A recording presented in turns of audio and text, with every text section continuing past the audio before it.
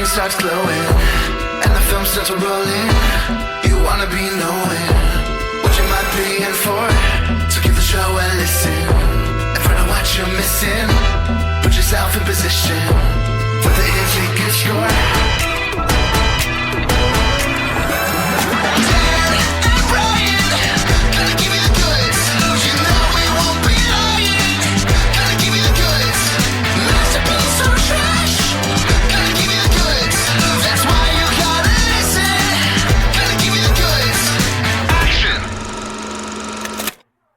Hi, everyone, and welcome to The Goods, a film podcast. We're coming to you live with episode 197. Wow. So, Brian, my brother Patrick, shout out to Patrick. I haven't talked about him too much on the pod. I'm the oldest of six, so naturally I talk about my siblings some. I feel like we've had Will on here. He's multiple times, one of my brothers. I feel like I haven't mentioned Patrick all that much. He's the one who's just one sibling in the ladder younger than me. Patrick, funny guy. He has this ridiculous habit that he's kind of out of, but he was doing for a while, where if somebody walked into the room, he would start singing happy birthday to them, but he wouldn't start from the beginning. He would start in the middle of the song, like as if he was already singing happy birthday to you, and you like happened to walk in on him singing happy birthday. It doesn't make any sense though. Like, first of all, he didn't do it on people's birthdays. He just did it on whatever day. Second of all, like, why would you ever sing happy birthday to someone and start it before they're in the room? That's not when you would sing happy birthday. So you'd be like, get into his house and open the door and you'd hear, happy birthday, dear Dan. It's not my birthday. And why did you start in the third line of the song? But I don't know. It still makes me laugh when I think about it sometimes. Anyways, point being, happy birthday, Brian. Thanks, Dan. Because it actually is, or recently was, your birthday as of this recording. That's right. This is my birthday episode for the year. Longtime listeners will know that we mark our birthdays on the podcast. Doesn't stop just because we're not kids. And I'm very much not a kid. This is my 35th birthday, 35. There's a lot of things from my friendship with you, Brian, and the pod, which are, of course, intermingled, that I have adopted as part of my life. And one of them is a newfound appreciation for celebrating adult birthdays. I'm glad we do it. I think it's important. Everybody's entitled to a little bit of acknowledgement on their birthdays. Mm-hmm. It's like New Year's Day, that's for the whole human race. That's for the planet. But this is your own personal New Year's Day. It's not vain to acknowledge that you exist. To point at the calendar and say, I do indeed exist as of this day, X years ago. I don't know why it's like out of vogue for adults to like be all coy. It's like, someone has to like happen to see that it's their birthday. Oh, did you know that it's Scott's birthday today? Happy birthday, Scott. Oh, I wasn't going to say anything about it, but yeah, no, we got to acknowledge important moments, important anniversaries. Well said. And so this is my fifth one of these here on the podcast, 5 birthdays in. We talked that we had rounded our 5th Christmas season back when we talked Christmas Carol. The years keep coming and they don't stop coming, in the words of Smash Mouth. Do you remember what all of your birthday episodes are, Brian? Yeah, I think I can do this. I haven't fallen to loss of memory yet. What do they call it? Not amnesia, the old one. Dementia? Dementia, that's it. Don't have that yet. Although you couldn't remember the word for dementia. Perhaps a bad sign. But our first one, obviously, and first birthday episode on the pod overall, was perhaps the quintessential example of the platonic form. That was our Rock-afire Explosion episode. The magic that every birthday episode seeks to recapture. But the second outing, we had my brother on. We did the Spy Kids franchise. Dan took a deep dive, watched basically everything that Rodriguez has done that kind of ties in to Spy Kids. Then, we did Feeders and Henry's Kitchen. And then last year was UHF. Good stuff. Good episodes, good movies, mostly. Yep. And of course, Dan has his birthday in June, so when summer comes around again, you'll get to hear his retrospective, however he chooses to tell the tale. But what I wanted to cover this time is movies that I specifically saw in theaters on my birthday. So I'm curious, Dan, how you've marked your birthday over the years, if you have any birthday party traditions or things that you typically do on your birthday. One of several things that I will sometimes do is go to the movies. We like movies. We like going to the movies. And it was it's something that you can do in the winter. It's climate controlled in there. So I have chosen 3 movies that I saw. Listeners, I don't know quite when you'll get this episode, but my birthday is January 20th. As we sit down now, it's a few days past that. But these would typically be movies that were released like for big holiday releases, but like I would go with my family to whatever the really big must-see movie was that year. And then whatever was left January 20th was very much the leftovers. The second choice, not the marquee necessarily. Well, Brian, this is one of the benefits of growing up and becoming more sophisticated is I think what you said is very true for like blockbusters. It's like the stuff that, okay, they didn't get it in time for summer, and then they didn't get it out there for Christmas or Thanksgiving or the days where families are all together and they have an extra day and let's go see a movie. And so I think they call it Dumpuary, which I think is January, not February. But it's basically movies they expect to flop or think are bad from like a blockbuster perspective. But if you are a man of of fine taste, of sophisticated taste, of award-winning taste, and you're like, well, I want to go see the year's best Oscar films, Oscar nominees, award winners, or potential award winners, critical darlings, movies that are good enough that were at festivals that some limited distribution company is getting them out there, because this is exactly the time of year that all of the movies that got released just in time for Oscar consideration are now hitting the art theaters around the country.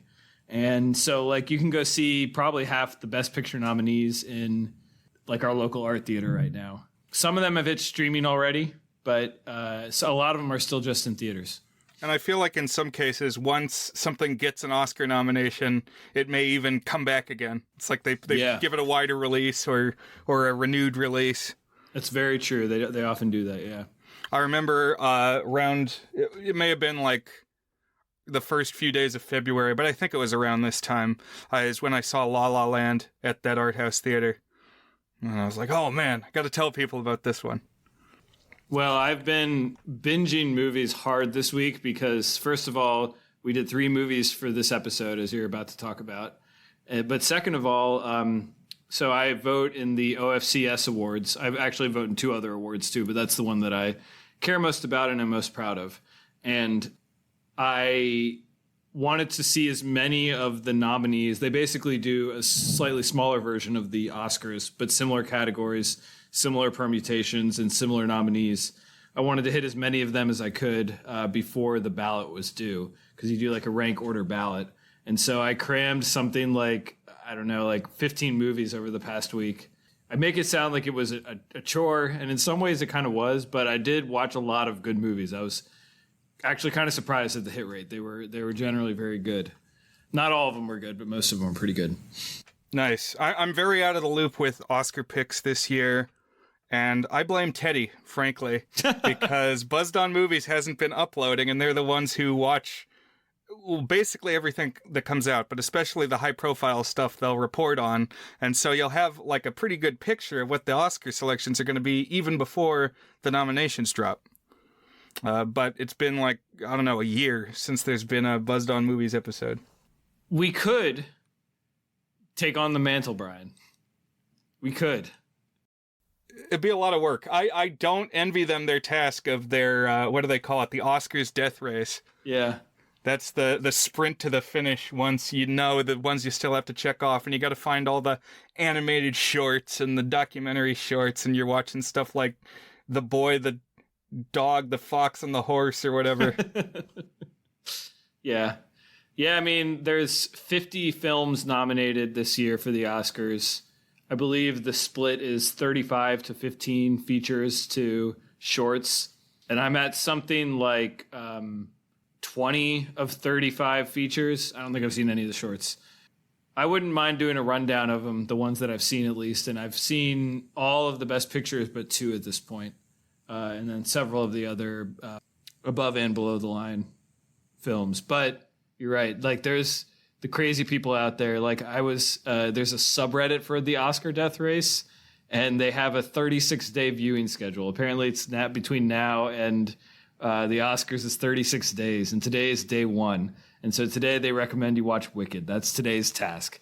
I've already seen Wicked, so tomorrow I don't know what it is. I'm not sure if I'm going to keep up with their thing, but because a lot of days I'll be able to skip because I've already seen a lot of them. But yeah. Well, The Substance has got several nominations, including Best Picture, Best Actress. Yeah, way to go. Best Director. It's got to be a lock for Best Makeup. If anything else gets Best Makeup, I riot.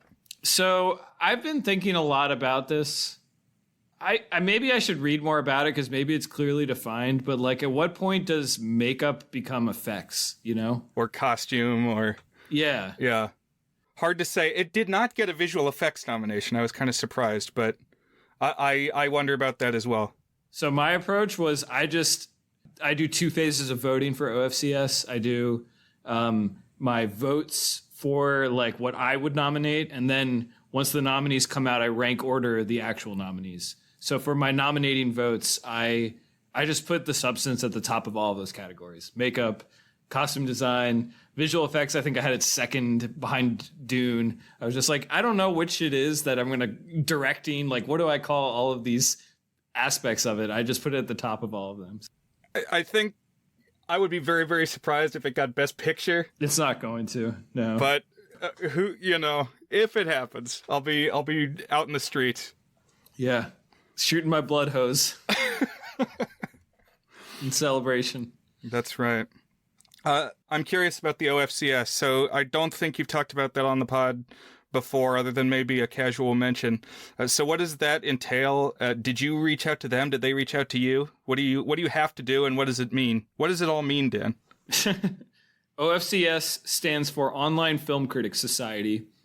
It was formed very early in the internet's history. This is like its 29th year, something like that, for people who were basically the very early internet critics, back before that was like a common place that people wrote about movies. And every year they let in 10 writers. They might have had like a couple of classes that were bigger than 10, but now for a while now it's been 10 writers. And so you apply, and it's actually pretty competitive. They accept about 1 in 8. And I was extremely honored to be selected in my first year. You have to submit an application with some writing and like comments. I was actually on the selection committee this year to read through some of the other ones. And basically it's like a society. I mean, you don't really do much, but they do an end of year awards voting type thing is a big part of it. And what else? Oh, they help you, get you in touch with distribution companies who send you press stuff and send you screeners and stuff. So that's like some of the movies like Nickel Boys and The Brutalist, I was only able to see because I got screeners for them. That's really cool. What is Nickel Boys? For some reason, that title makes me laugh. It's a really strange film. I mean, if I told you the story, you'd be like, that sounds like a whole bunch of other Oscar nominees. So Nickel is the name of a prison camp, and it takes place in mid-late century. It's like, I don't remember if it's exactly the 60s, but it's something around the 60s. And it's in the South, and it's segregated. And the 2 protagonists are black boys. One of them gets arrested for like being in the car that he didn't know was stolen. And then he goes to this prison camp, and it's corrupt, and racist and all that. So it's like, okay, that just sounds kind of like a drama about how racism is bad. What makes it interesting? Well, what makes it interesting, first of all, it's a very good story. Well written. It's based off of a Pulitzer Prize winning book. But what they did is it's shot in first person perspective, almost the entire movie. So you're seeing it out of the eyes of the actors, and it flips between the two leads whose eyes you're seeing it out of. And it's extremely fascinating. Whoa. That is pretty interesting. And it was nominated for Best Picture and a couple others too, I think. Apologize if we've taken us off track here, Brian. That's all right. I've been meaning to ask you about the OFCS thing, so now we know. Star flies across the screen, the more you know. And we were busy this week, as you said, just for this episode. You had your work cut out for you. We watched 3 movies. And so, as I said, all ones that I went and saw with my friends on or about my birthday in late January. They are Big Fish from Tim Burton in 2003, Lemony Snicket's A Series of Unfortunate Events from 2004, director Brad Silberling, and Robert Zemeckis' mocap animated film Beowulf from 2007. Did you get through all those? I did. I watched all 3 of these. I had seen Beowulf as part of our Zemecktrospective, like a year or 2 ago? At least 2. I feel like that was a while ago when we watched Used Cars. Probably, yeah. Where I watched every Zemeckis movie I hadn't seen. I think he's now the director with the biggest filmography where I've seen every single movie he's released. Because I did see this year's Here as well.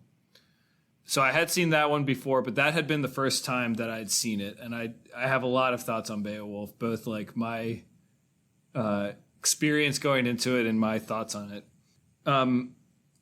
The Series of Unfortunate Events, I've definitely seen at least the first half of, but I didn't really remember the second half. So I think I probably saw the first half of it either at my house or when I was visiting someone or something like that. And then I definitely had never seen Big Fish. So that was brand new for me. Cool. I was wondering, Dan, are there like go-to ways that you celebrate your birthday? So I've never really had locked in birthday traditions. There's nothing I like, oh, he always gets his steak and broccoli for dinner on his birthday. I don't have anything like that, in part because I don't eat steak, but like no specific meals or anything like that. I've done a wide variety of like celebrations from small to medium sized. Never anything too biggish, but variety of stuff through the years. So one thing I've been doing recently is every other year I've been renting out a movie theater and inviting people to see the movie. So that if I kept up with that, I would do that this year as well. That's basically since we started the pod, Brian. So I did it in 21. We saw Iron Giant and Heavy Metal Parking Lot.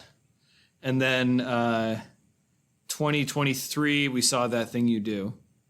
And then 2025, if I do it, who knows what we'll see. I need to decide. You got some time. Yeah. As far as like strong birthday celebration memories, when it was something like my 7th birthday. Yeah, it could have been around 7th, but probably 6th or 5th. We had a pretty decent sized party. Like I think my parents invited the whole class or the whole preschool group or something, whatever grade I was in, and as well as some neighbors. And they had it out in the backyard. My birthday's in June, so generally an okay time to be outside. And they got a clown, Brian. It's like now I was thinking of I think we talked about this in one of our clown philosophizing. I assume It's Potty Time had a birthday party clown, and we probably talked about it then. Probably, yeah. So that one's always stuck out for me. And it was early enough that I kind of like half remembered it to the point that I wasn't sure, like, did I actually have a clown or was that just like a dream that I had one time? That I was like hanging out outside with my friends and a clown was there. I don't know. But it did happen. There's pictures of it. That reminds me again. I think I brought it up not too long ago, but in our first Circus Month episode when we were talking Greatest Showman, Dan said, I wouldn't want to hang out with a clown every day. But on your birthday, it's okay. Listen, clowns have gotten a bad rap. But if you want to narrow it down to movie-related memories, I never really went to the movies all that often as a birthday thing until we started the pod and did that renting out a theater tradition. But one year in high school, I think it was. Yeah, it must have been high school. I got Nats tickets for me and a group of about a half dozen to 10 of my friends. And we all piled in to my parents, because I've already mentioned today I have a big family. My parents got a Ford Econovan or Econoline van, which is like not your normal minivan. This looks like a utility van. Did you ever see that van, Brian? I believe so. Yeah. We had it for many years. It was a great vehicle, and we got rid of it at some point. Or I should say my parents got rid of it at some point. But one of the things about that is my parents got installed a VHS player with like a tiny screen you could flip down and plug into VHS. And when we went to go to the Nats game, so I'm speaking of the Washington Nationals, and we live in the suburbs of DC, Brian. So we would have to drive out to DC. And if it's in the afternoon, you're kind of dealing with rush hour and all that. So it took probably over an hour to get there. And we just grabbed one of the VHSs we happened to have and stuck it in. And it was Home Alone 2. And I don't know if you've ever seen Home Alone 2, Brian. I recall that you have not. Is that right? That's correct. I need to catch up with the Home Alones. It has some of the most outrageous slapstick, just like things that would mutilate a body happen to these poor people. This Joe Pesci and Daniel Stern, like bricks falling off roofs and like clocking them in the head. And when I was turning 16 or whatever age it was the funniest movie on the planet to watch with my friends driving to a baseball game. I like that. So for me, if it's not going to the movies, probably the most common recurring tradition, which it's been a few years since I did it, but I like to ski also on my birthday. Good time of year for it. And we got a lot of snow this year. You don't always, not around here. I feel like another thing that I've done with you at least once, and I've heard you mention maybe before, is trivia nights, going to trivia nights on your birthday or near your birthday. That's right. Done that several times. One time, it was all set up that I was going to go do that. This was 2017, and I got food poisoning at the church chili cook-off. And then I had to cancel because for like 3 days I was very sick. Oh, no, that's brutal. So that one got checked off the list. Damn you, chili. Thinking of the Simpsons chili episode with that. I love the chili episode of The Simpsons. That's a good one. That might be my favorite episode. It's got the like experimental animation when he goes into the insanity land. Isn't it someone famous who voices the... Johnny Cash as the spirit guide. Yeah. Yeah. And then one of my other favorite episodes is the X-Files crossover episode. I recently found out those are consecutive episodes. That was 2 weeks in a row, those episodes. And that same season also has Hank Scorpio and Frank Grimes. Was that 8? That was season 8, yep. Good one. I wanted to shout out, though, one other movie that we won't be talking about today. This was the very first movie that I saw in a movie theater, Aladdin. So, January 1993, went and saw Aladdin for my 3rd birthday. January 1993, went and saw Aladdin for my 3rd birthday. I don't remember it. I don't remember back that far, the day I turned 3. What about you, Dan? What was the first theater-going experience, as far as you know? So, the first that I remember is going to see a Goofy movie when I was 7. That's like the first one where I distinctly remember the physical experience of going, and like it's very touching for me because I went with my dad, and it's about like father-son relationships, and we laughed very, very hard at it, and we talked about all the jokes about it afterwards. We didn't talk about the father-son themes at all, but we talked about the jokes, which felt like enough. And I look back on that fondly, and I have since shared a Goofy movie with my kids, and they really like it. And I've talked about a Goofy movie on Thrash, Andrew Milne's terrific podcast, Two Friends Watch, I think it's called. They had me on as a guest to talk about a Goofy movie. And I may bring it to the pod here at some point, Brian. But that's the first one I remember. I know that I also saw... I think I saw Aladdin, too.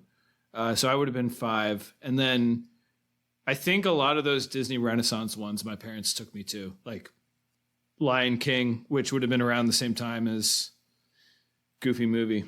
But yeah.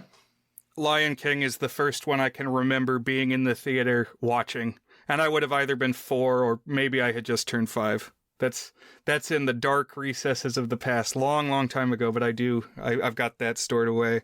I remember seeing Toy Story and Pocahontas and Hunchback and Muppet Treasure Island.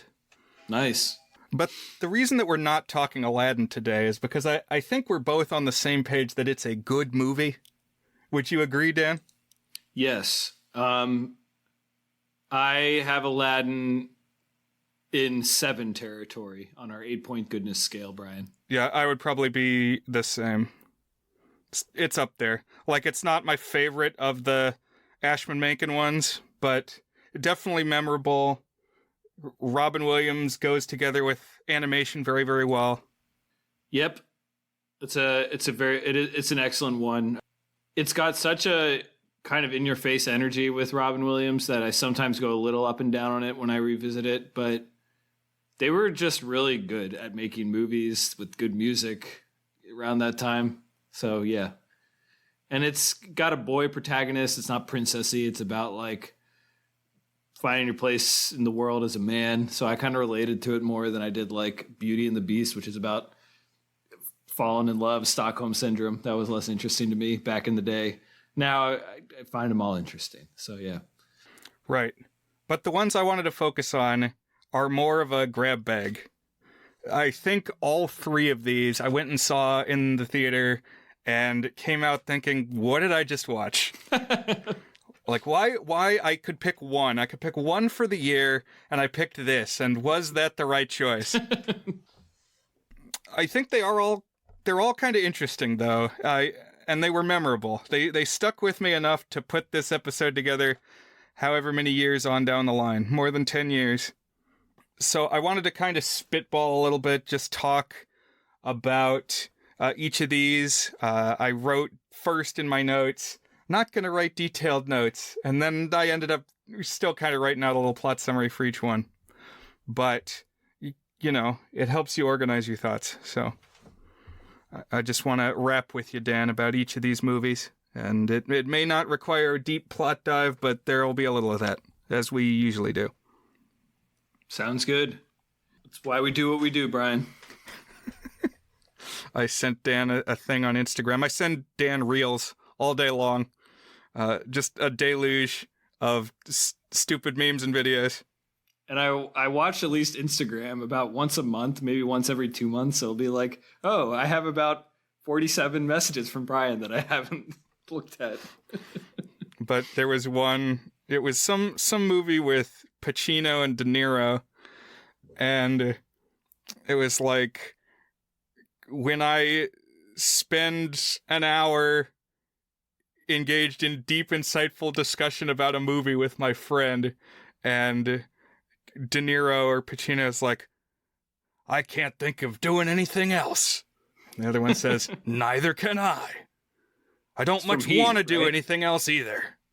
Me neither. So this is life. This is what we do. It. And sometimes we joke around a little. That still cuts me to my soul. That I feel so seen and belittled by that New Yorker comic.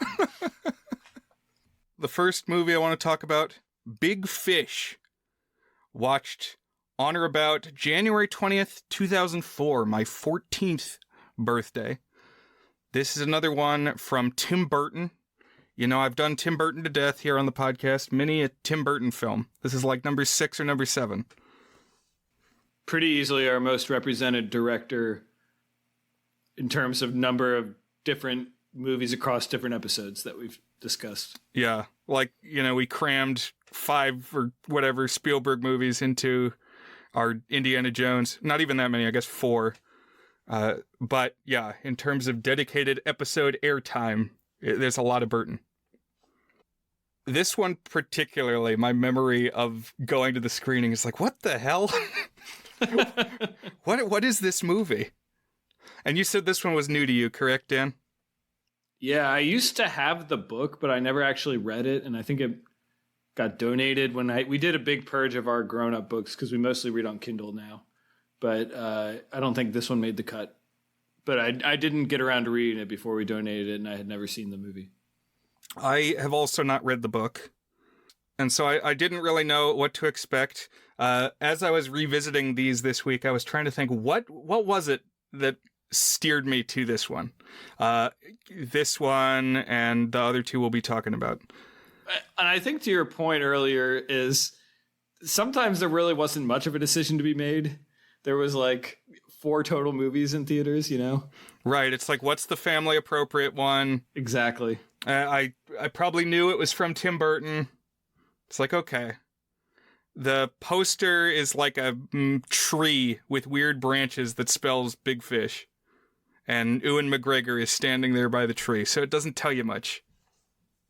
But the story of this one is that there's this man named Edward Bloom who has spent decades telling tall tales about his life to his son and other people in his life. Like he's got this larger than life image of himself that he tries to portray in the stories. And his son grew up and became a journalist, moved away from home, and just in hearing these stories over and over, these grandiose stories from the father, got sick of them, and like became estranged, intentionally tried to be apart from his father, be separate. And now that the father is old and getting close to death, the son comes back to kind of interview him, interrogate him, and try to get to the reality of the father's life under the tall tales. This movie's got a pretty big cast, and some of the characters are played by 2 people, because you've got the old father, and then a lot of it is told in flashback, where you're seeing the young father.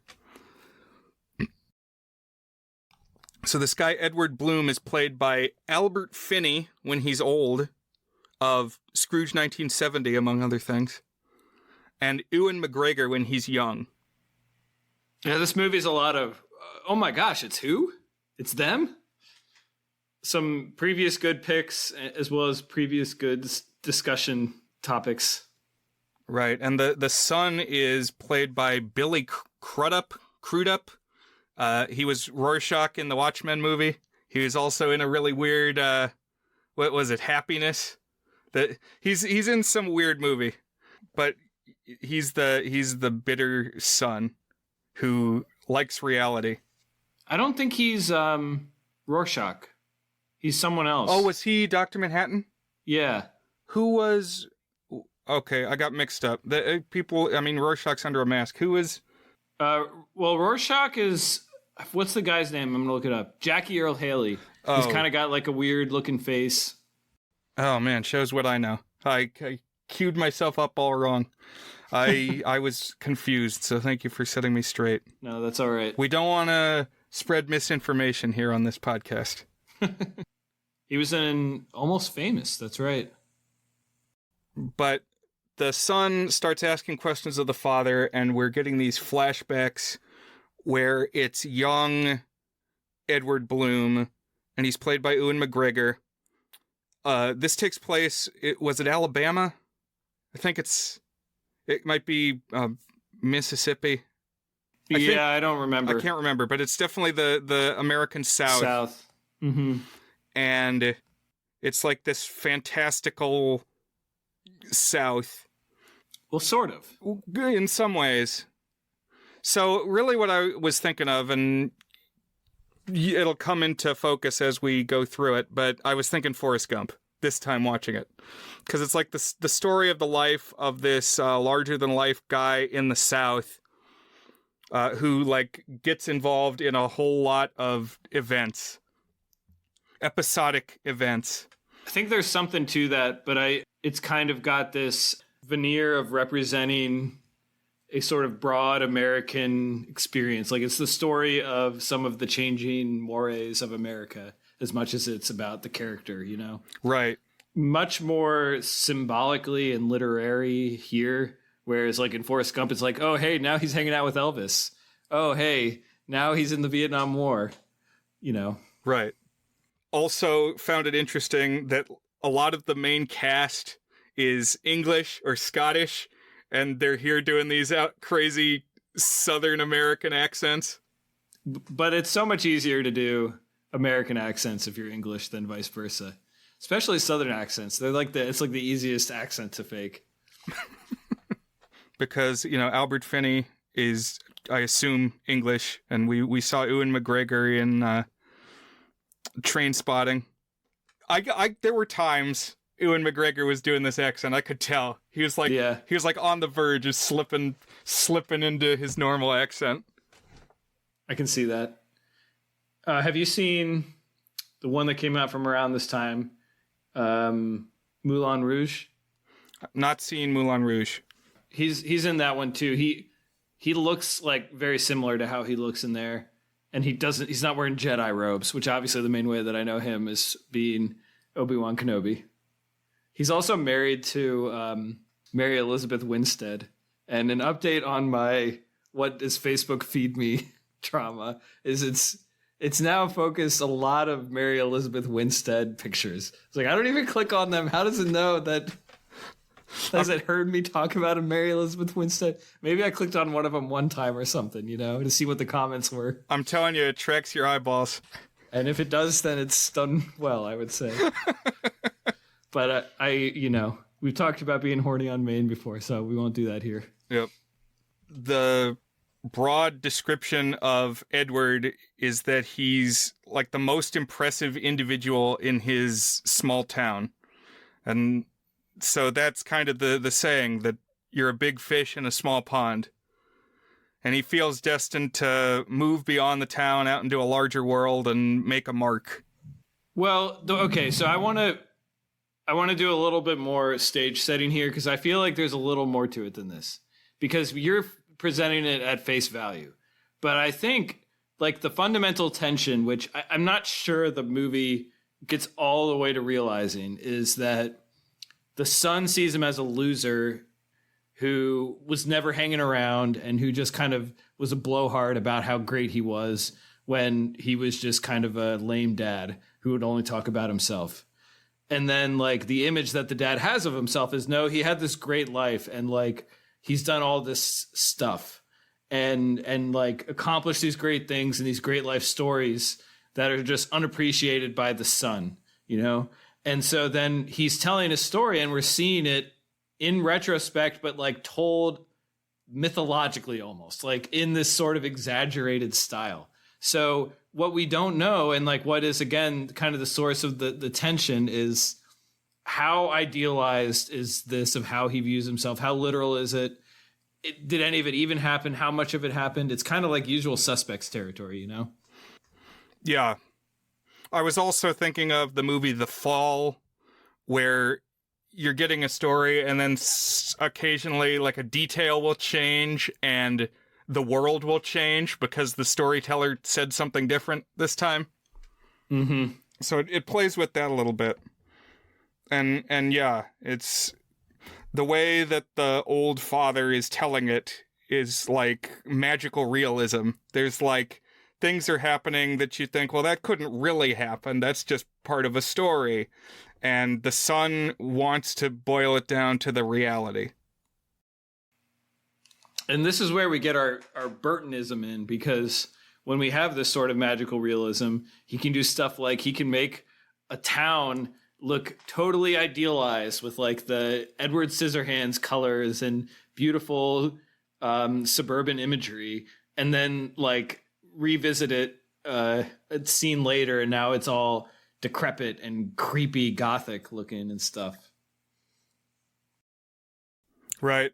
So one of the things that Edward Bloom did is he worked for a circus, and the ringmaster at the circus is Danny DeVito, He's got a top hat that's like 4 feet tall, looking very Burton-y. I think he even played a ringmaster again in the Tim Burton Dumbo movie. Oh, interesting. He looked a little different. I think it was a combination of his hair and his younger face. And was he just me, or was he doing his voice a little different too? It wasn't the classic Philoctetes voice. He could have been. He's got a little mustache too. Yeah. But when he goes to join the circus, he accompanies this giant who wanders through his town. And this giant is played by an actor named Matthew McGrory. And there's like a handful of films around this time. His career was not very long in terms of when he was in pictures, but do you recognize this guy from other movies? I don't think so. I did read about him because I was like, who is this guy? Yeah, so he's in Bubble Boy. He's in at least one other one that I've seen. But it's all like a narrow, like a 5-year time span. And then he died when he was like 32 years old or something. Well, because he had that genetic disorder that like all of the people who set the records for the tallest people have, where there's like some minor dysfunction in one of your glands that basically your body just tells you to do nothing but grow. And so you grow and grow and grow. Your pituitary goes ham. And then your body can't take it anymore and you die. Like they pretty much all died before they're 40. And I think that's about when this guy died. He was like 35 or something. Yeah. And it makes... So he's got some unusual proportions. Like pieces of his face are kind of like further away than you would expect from other parts. And like fingers are different lengths. I think he's like 7'8" is what I read. Something which is like outrageous. Yeah. And they kind of play him up to be even bigger than that. Oh, yeah. That's a big thing is like they shoot him so that he's like 12 feet tall. But you can tell that he's genuinely very large as well. So it's neat, and it kind of embodies the whole concept that you're wondering, okay, well, is he really that big, or is he only kind of sort of very large? An inside joke that I have with my brother is if something is big, we'll say, "My God, man, you're so large." I know that reference. That's Freak Slice. Yeah, it was something our friend Paul K said in a Gauntlet episode. Where we had a character who was a giant, and that was his improv. So Edward Bloom goes to work at the circus, working for Danny DeVito, working alongside this giant whose name is Carl. And at one point he meets a girl, and he falls in love with her right away. It's How I Met Your Mother, because of course we've already seen the mom in the present day, who's played by Jessica Lange. And then when she's younger, played by an actress named Alison Lohman. Yeah, I didn't recognize this actress. I thought I did. She looks a lot like this younger actress named Anjari Rice, who has been in a couple of things the past few years. But I didn't recognize her here. I'm not sure if I've seen her in anything else before this week. Yes, because we've got a surprise in store. A minor surprise. I was surprised. Your mileage may vary, listener. And I think everything you just said is, again, like, we understand that he's telling it from the exaggerated perspective. So, like, did he actually fall in love with his future wife, the mom, the very first time he ever saw her? Or is this, like, a slightly exaggerated version of, like, someone he had a crush on that he happened to cross paths with? But he, like, turns it into this sort of epic tale. Right. And that's kind of the arc of the whole thing, is that he's trying to win over this woman that he met, who becomes the mom. Some other beats are that he fought in the war, and it seems to be the Korean War. I feel like this was the era when, like, for a while, if you said the war, you would assume World War II.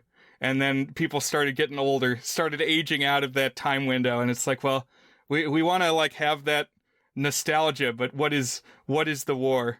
It's like, you can't really be nostalgic for the Vietnam War. So what's the formative war? But he ends up, he's like a paratrooper, again, in the story, as he's telling it. We don't know what's real. Just one guy. One Spider-Man. Or woman. We don't know. For sure. And in this Korean War, he ends up behind enemy lines and escapes back to America in the company of a pair of Siamese twin singers. So I suppose they're actually Korean or Chinese, but conjoined twins. And then later on, he was a traveling salesman. The product that he sells as a salesman is this, it's a mechanical hand. So I was definitely feeling some Edward Scissorhands. I was feeling Burton trying to like break into his own movie. Being like, we need something Burton-y here. It's like there hasn't been enough of it yet. I need a mechanical hand. And as a traveling salesman, he's away from his family a lot. And again, it's like cutting back and forth between the stories and the present. And this idea is raised that the son resents the father because he was away so much, in addition to always blowing smoke up his own butt with these self-aggrandizing tales, but also that he was just out of the picture much of the time. And what was he doing during that time? The son suggests that he had suspicions the father was having an affair, had a second family somewhere, a second life. And there's this town that pops up a couple times in the story that's called Spectre that like calls to Edward. And the first time he ends up there is when he leaves his hometown for the first time, and he like finds it out in the middle of the woods, and it's like this perfect whitewashed little like frontier town. And the way that the people talk about it is like it's the afterlife or something. It was really giving me the vibes of the Pumpkin Town in Over the Garden Wall. Okay, yeah, I can see that. Where they're like, well, what are you doing here? You're still alive. Never quite that on the nose, but that's what they're getting at. Well, to me, the way that I saw it is it's a little round in that it's like it's not a straight line to a concept. I definitely can see why you would take it as afterlife type stuff, particularly given that this is a deathbed story. To me, it was like kind of a more, this is where I really felt like it was the story in Burton kind of digging in on the image of like the American South small town and like its purity, but also like its ethereality. Like it doesn't really exist. It's not a place that you can actually live because there's always complications, and it's not something you can actually pin down and live in this kind of romantic ideal version. It's almost like the dad character kind of like rationalizing to himself, like, why did he not serve as more of like a nuclear family dad throughout raising his son, and just like kind of this evolving image of like the Southern American traditional values shifting during this era, this late mid-century America. But one of the people in the Phantom Town is Steve Buscemi. And just every time he was there, I wanted more of him in the movie. He's a fun guy to watch. I was also feeling Rip Van Winkle with this town, because it was like this Steve Buscemi character was somebody from Edward Bloom's town, and he like left town one day, and apparently he's been in this like phantom town the whole time, trying to find his muse, but not actually really doing anything, just like being totally idle. And I was really feeling Rip Van Winkle. Like, this is a place you can wander into the nether time. Yeah. And just be frozen, or Sleepy Hollow or something. Very Washington Irving. One of the funniest scenes of the movie is when Steve Buscemi shares the poem that he's been working on. How long does he say he's been working on? 12 like 12 years. And it's like, roses are red, violets are kind of blue. I like this town. And it's like literally 3 lines. I can't remember exactly what it is, but it's very funny. Yeah, and Ewan McGregor's like, there's only 3 lines. And Steve Buscemi angrily takes the notebook back. He says, This is why you never show an incomplete work. Which they do tell you in film school. Never let your actors see a cut that's not finished. And as I said, Will suspects his father is having an affair or something he's not talking about that's buried in these stories. One figure that keeps popping up, because of course it's a Tim Burton movie, is Helena Bonham Carter. And like the first time she's shown, she's a witch. And she's like very old when he is a young man, like a kid. And she kind of takes a few different forms as the story goes along.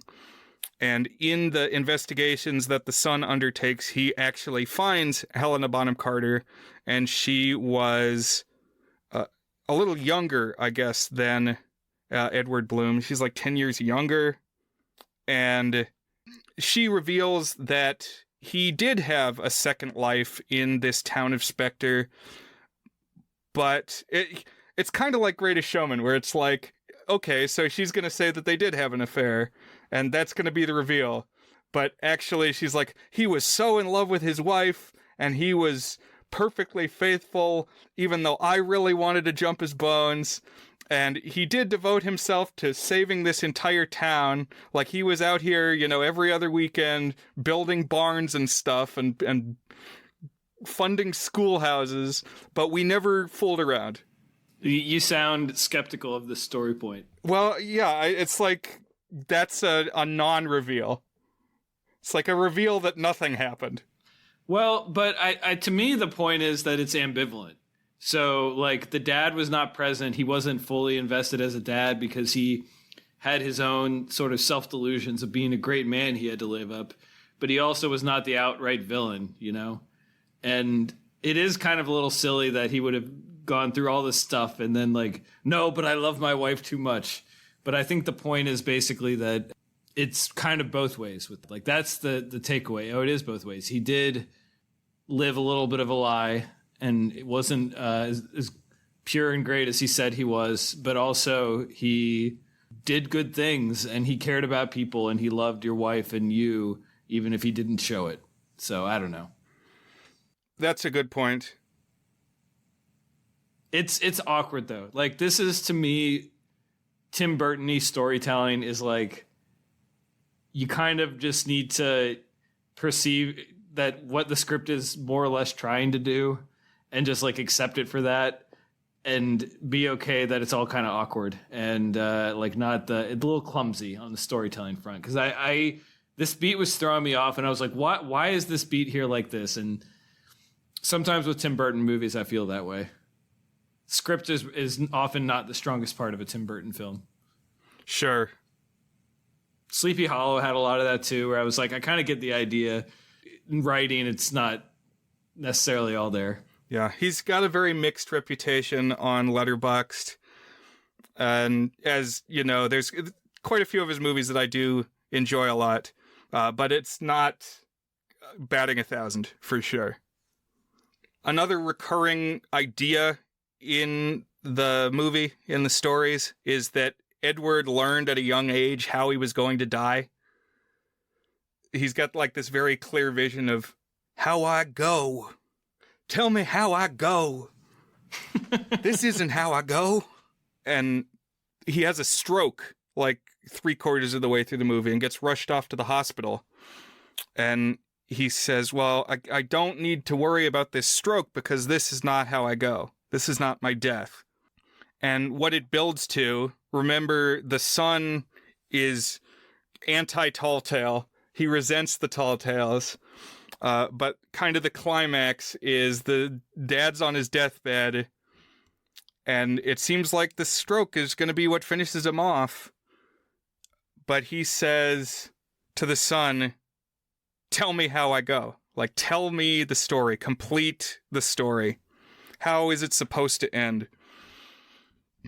And so then the son spins a yarn where all these larger-than-life figures from the father's tales do like this little mini heist, this prison break, that they bust him out of the hospital and they like help him escape out into the woods.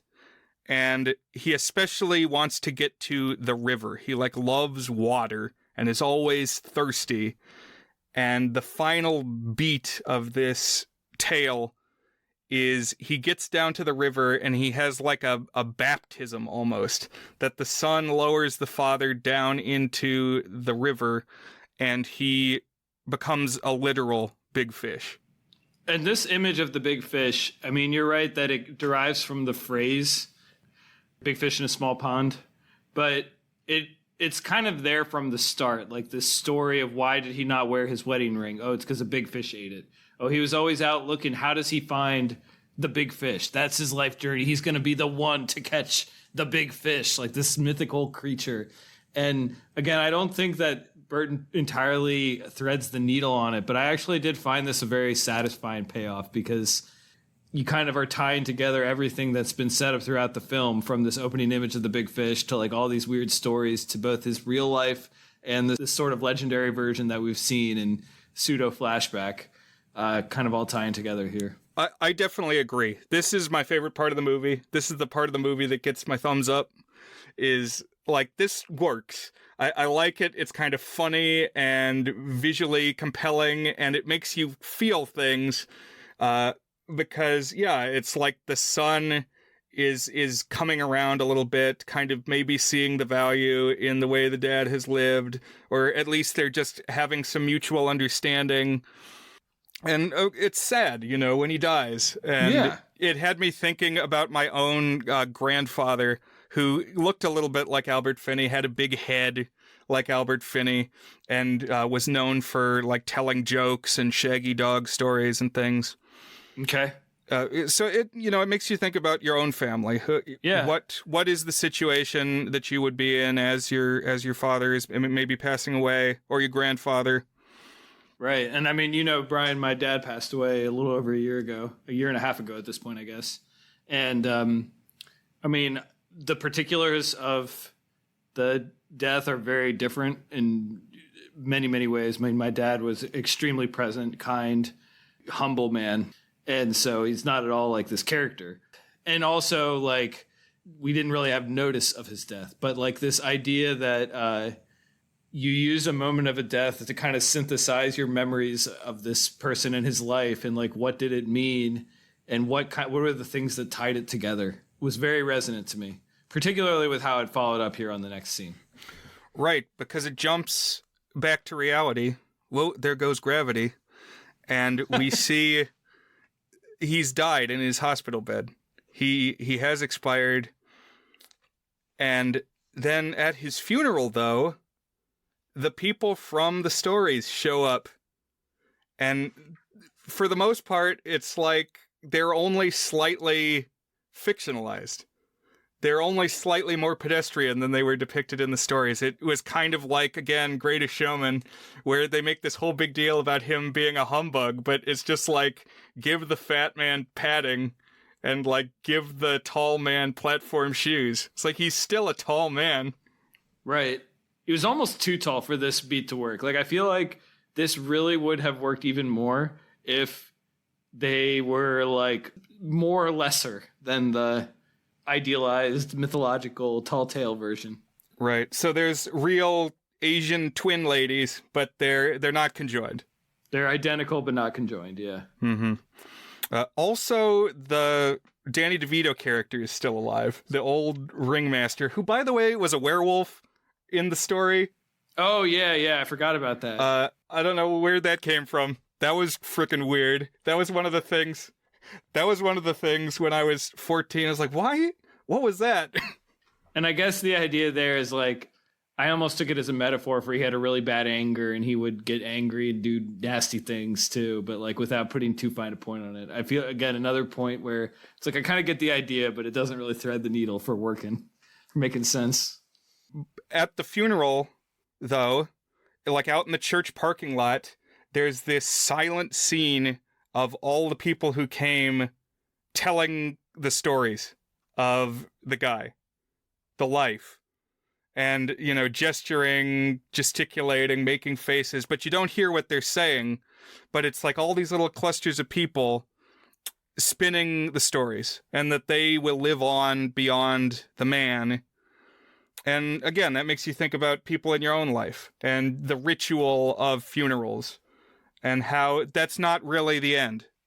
Right. And the beauty of it is that in some ways it's the literal version of the Tall Tale ending where like, oh, it was a heist where they came out to break him out of his hospital bed and see him to freedom. I mean, that's kind of what a funeral is in some ways, you know, you're seeing them to the afterlife. And except now it's like everybody's sad. They're older. They're not shot with the same. What's the light where it's like the one that shines brightest on your face? You know, the lighting's a little dimmer. High key. Yeah. And not as color saturated and all that.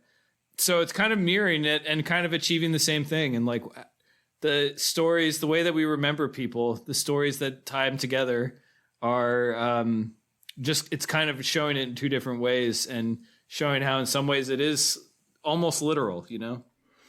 Mm-hmm. So for me, the ending, definitely a highlight. Yeah.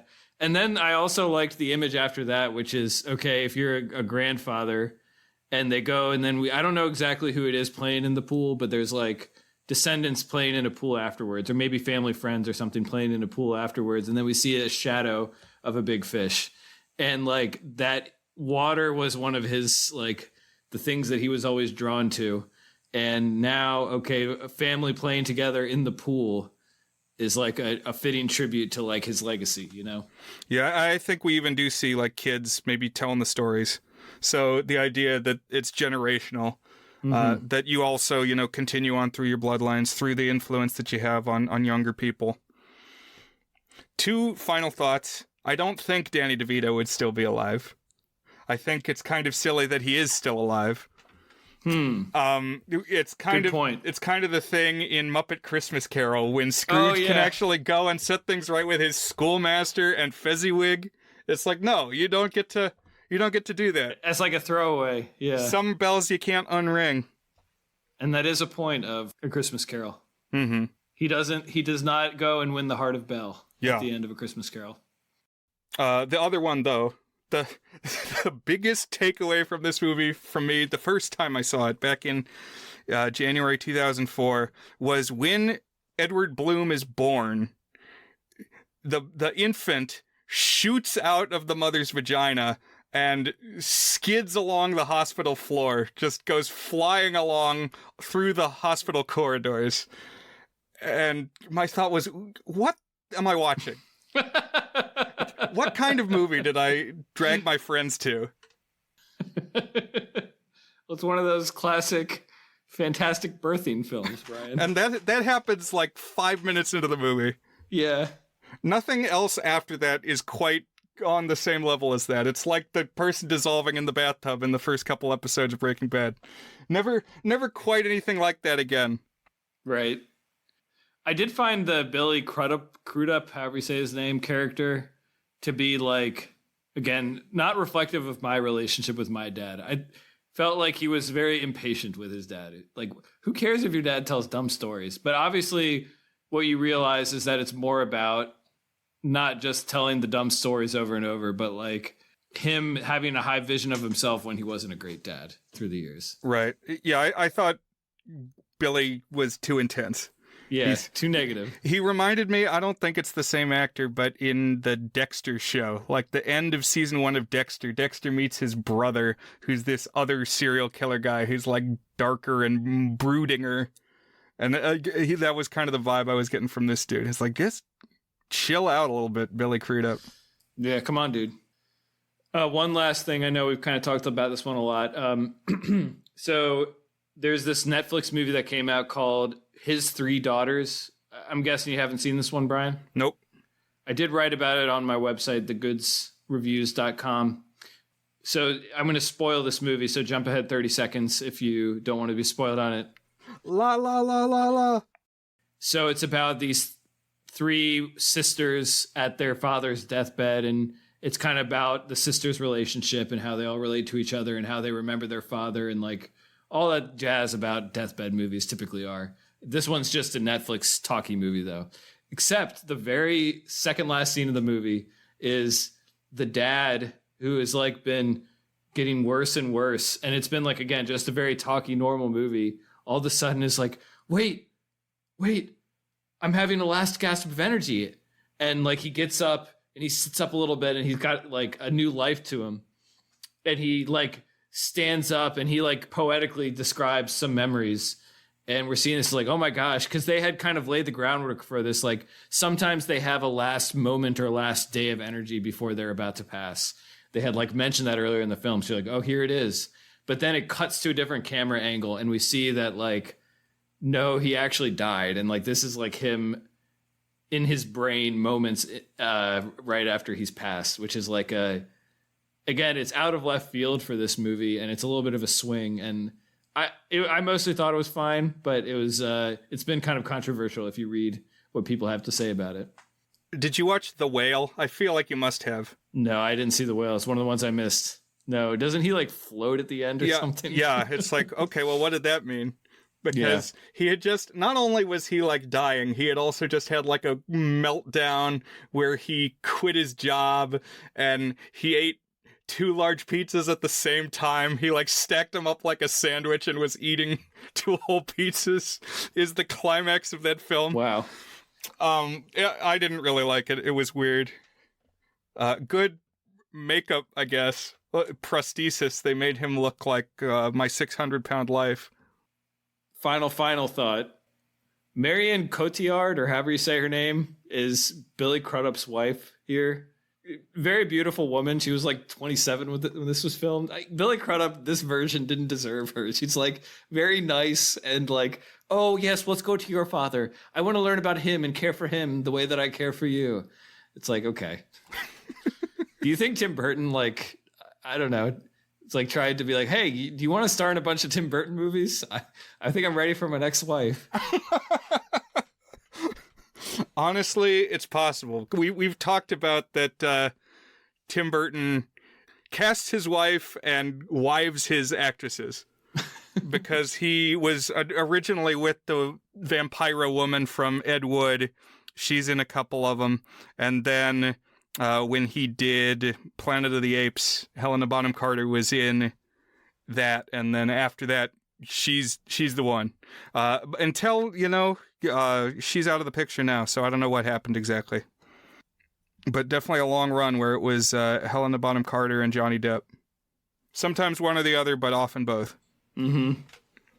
But let's move ahead 1 year to January 20th, 2005, my 15th birthday, when I was watching Lemony Snicket's A Series of Unfortunate Events.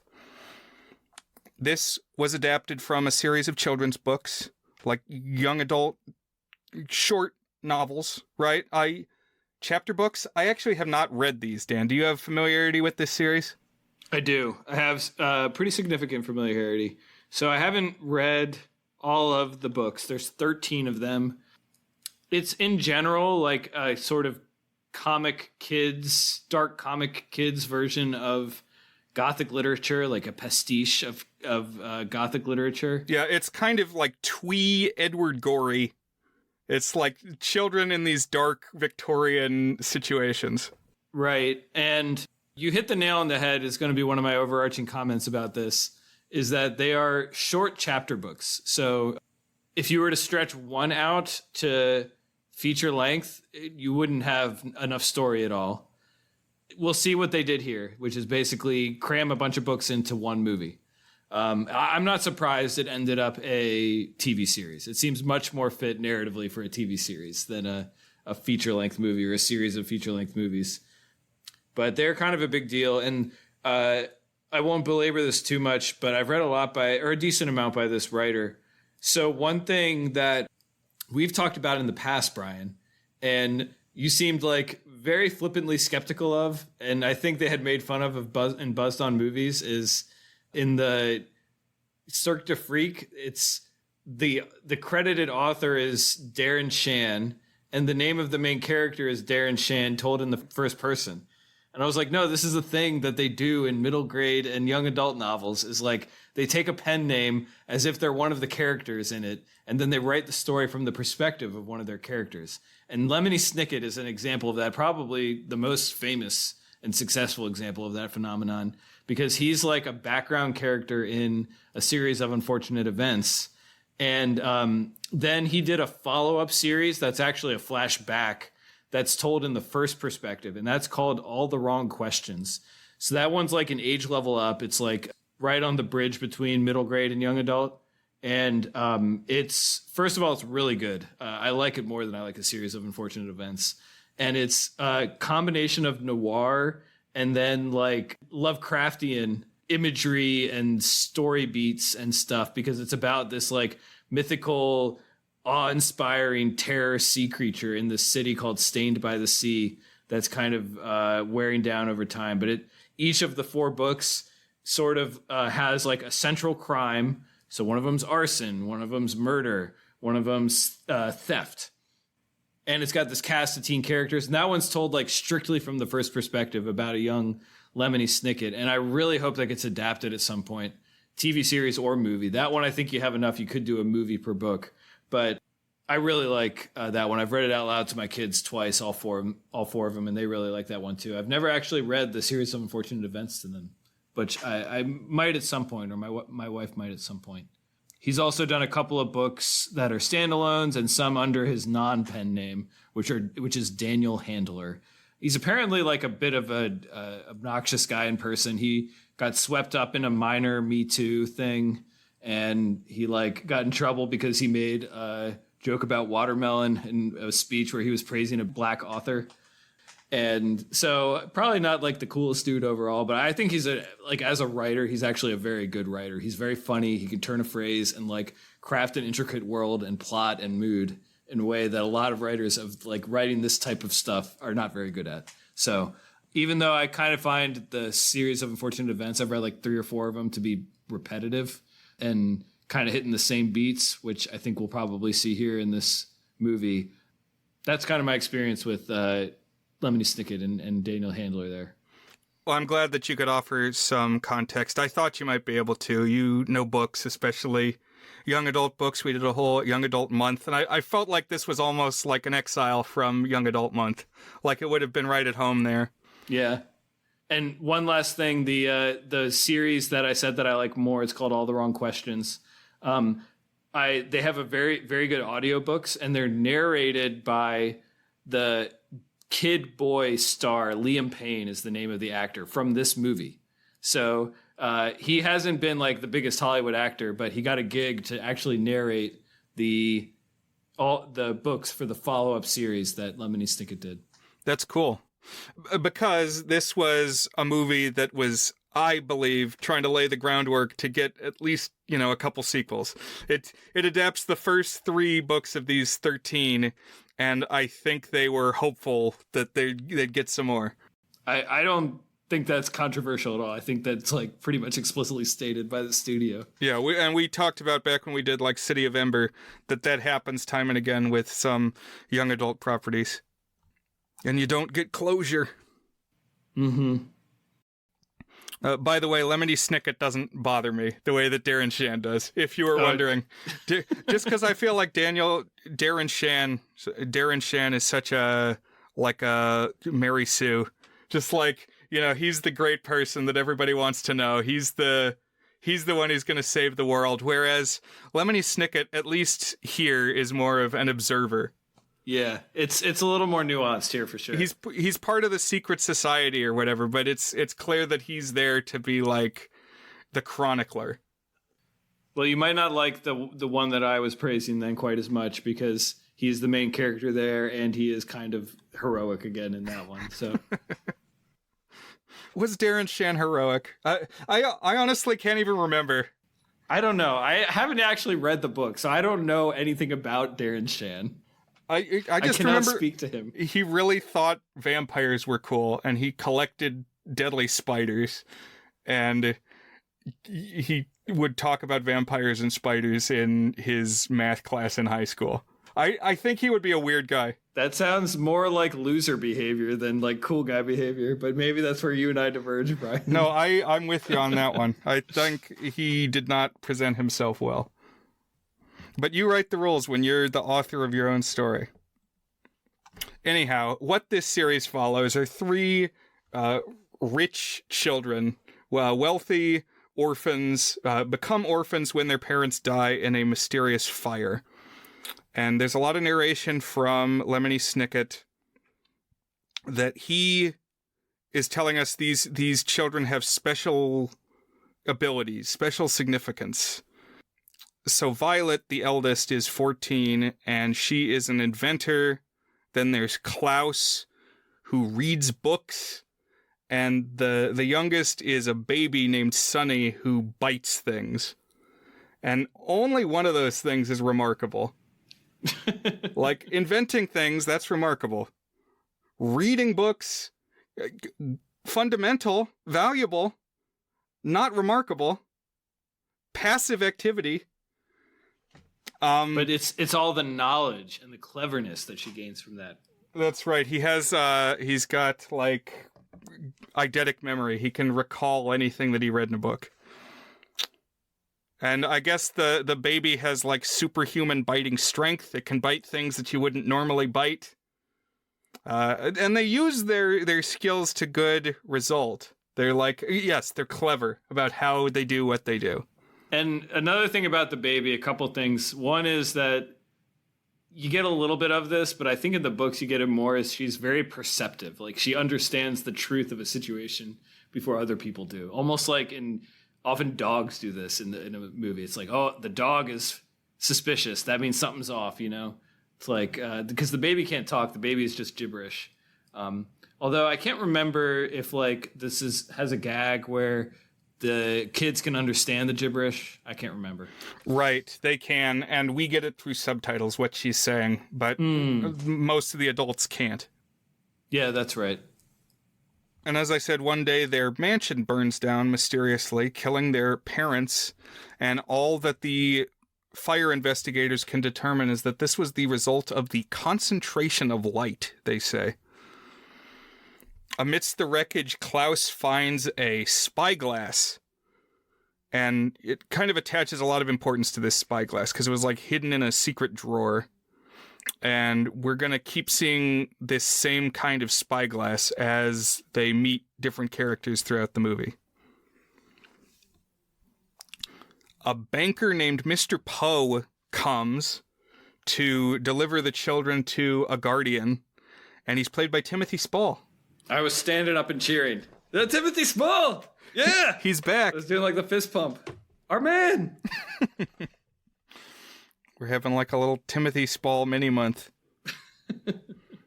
And he's well-meaning, but he's bumbling. Like, you said the baby is perceptive. Mr. Poe is not perceptive.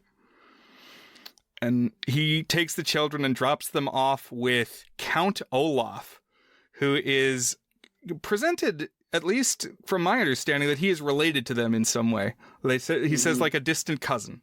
Right. Yeah, distant uncle or something. It's like third cousin 4 times removed or fourth cousin 3 times removed. So not close, although they make the joke he's their closest relative and that he lives close to their house. A lot of jokes like that in Lemony Snicket books. And Count Olaf is played by Jim Carrey, doing his Jim Carreyist. Right. This is, like, kind of later than peak Jim Carrey, but they found a role where he can, as you said, be Jim Carrey. Yeah, lots of mugging, lots of bending his body and his limbs. Like, just look at the poster, the way that he's, like, encircling the frame with his arms. And he's got, you know, a big hooked nose and hooked chin. This won the Oscar for makeup. And he doesn't just have the Olaf role, because he ends up taking on different disguises. He's like Robbie Rotten. And he looks a little bit like him, too. He's lanky. Mm-hmm. Do you know anything about being real villains? Technically, no. I can see that I will have to show you how to be villains. Hey!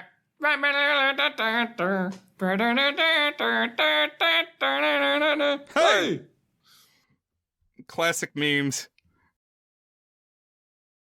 That was a while ago. Jeez. The times they fly. But Olaf is evil. Olaf is not a nice guy, And he basically tells the children as soon as they come into the house, I want your money, and I want to do whatever it takes for me to get your money. If that means that you need to die, that's fine by me. Including but not limited to murder. And we're not going to be coy about it. Yeah, like if that's your scheme, probably better not to tell your victims. And this movie, what I remember from the screening back in the beginning of 2005, was that it was very episodic and that Jim Carrey did a lot. And it got to grimace and put on costumes and, yeah, mug. But he's out of their lives again before too long because he, engineers things so that the children will get hit by a train, leaves his car on some train tracks and goes out to buy snacks as an alibi, and they're sitting there on the train tracks, and they use their ingenuity to reroute the train. They build a little booby trap with a spring in it that they launch a little grappling hook and redirect the train. Poe comes back, Timothy Spall, and is like, oh my goodness, children, and snatches them away because clearly this is a negligent guardian, if not an outright evil one. And he takes them to their next guardian, who is Billy Connolly, Scottish actor Billy Connolly, a character named Monty, who lives in the reptile room, which was the second book. So very compartmentalized as a film. It's like, oh, wait, this is a whole different paradigm. Right. And that's kind of a little bit of the charm of the series of unfortunate events is every novel, they're in a different themed setting. To me, it started to all run together because, as we will see, hey, guess who the bad guy is again? Count Olaf. He's just going to be there over and over again. It made me think as I was watching it, there's this kids series, I guess you'd call them chapter book series about fairies. I don't even know. They're just I call them the fairy books. I don't know what they actually are. There's 7 in each sub-series. So they're broken into sub-series. And the first one I read with my now 7-year-old back when she couldn't yet read. I read for all 7 of the first one. And even within the 7, they're very repetitive. There's a problem with these snow goblin guys, and they find a fairy just in time to solve the problem. And it's just like that 7 times. And then in the last book, they go and they face off against the head snow goblin guy, Jack Frost. And it's oh, this is great because he's the opposite of rainbows. He's not sunny, beautiful days where you can see a beautiful rainbow across the cloudless sky, but he's when it's cold and wintry and cloudy. And then they get to the next one. And this one, oh, there's going to be jewel fairies. I wonder who the villain's going to be. That's right. It's Jack Frost. He's back for more. And then every book is a surprise reveal that it's Jack Frost. It's you go through, they have 50 of them now. Probably not that many, but probably more than 10. And every single one is oh my God, the bad guy's Jack Frost. Who would have thought? It's you don't need to be this formulaic and repetitive. You can use a little bit of creativity. It's also red herring and I was going to say red herring. Yeah. And then finally you do have an episode where it was red herring all along. Classic. Pub named Scooby-Doo. Great show. Maybe there'll be an episode where we cover all of Mystery Inc. or something. We got to talk Scooby at some point. I think somebody on the Discord is a Scooby head. I think it's Dr. Jim. Or was it Thrash? Might be Thrash. I don't remember. It might be Dr. Jim. I like how we have characters now in our Discord. Yeah. Come join the Discord at thegoodsfilmpodcast.com and become a character yourself, listener. He could be Jim from Maryland. His hashtag is JimMD. I think he did clarify that he's a doctor, but I could be just projecting that, and he didn't actually clarify that. I can't remember. That's my headcanon. So what I didn't remember about this movie from the first time I watched it is that the production design is amazing. Like, the story takes place in maybe 5 different grand houses. They just keep going from big elaborate house to big elaborate house, and each one is like a whole different world, very different aesthetic and style. This second one that they're at is like a zoo with big cages and various kinds of snakes that live there, and everything is kind of green, whereas in Olaf's house it was more like a stereotypical haunted house. And then there was the fire-gutted house that the children came from.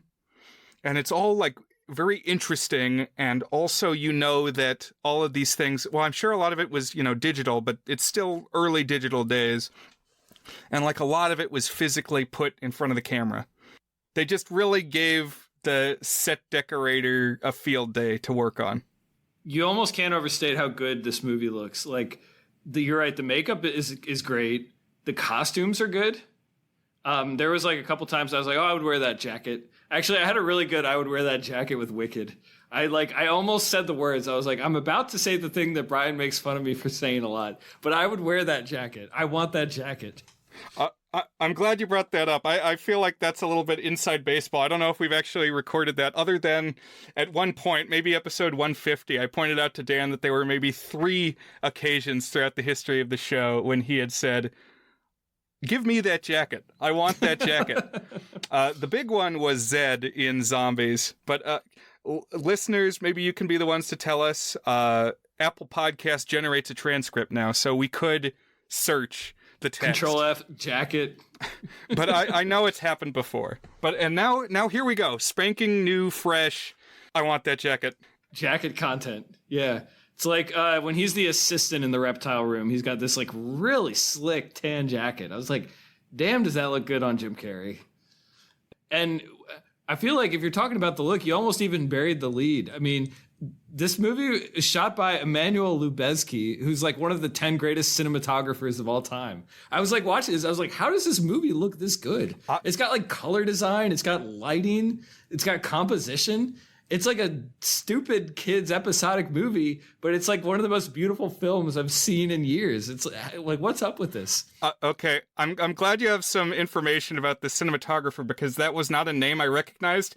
But watching this, I was like, this is some of the best cinematography I've ever seen. And like, I don't even know if the material deserves it necessarily, but I could tell. It's like they got a real ass cinematographer on this thing. Because they like show off. They're like cute about it. That they are always doing this thing where like something will move and hit its mark perfectly and be in focus. Like Klaus will slide books off the bookshelf and the title will snap into focus. Or like Olaf is like sitting in a chair and twisting a knife, and there's like the glint off the knife. There was this other shot where Jim Carrey leans into the frame and his eye comes like dead square into the center of the frame into focus. That's so good. Yeah. It's like, oh my gosh, he was cinematographing his little ass off.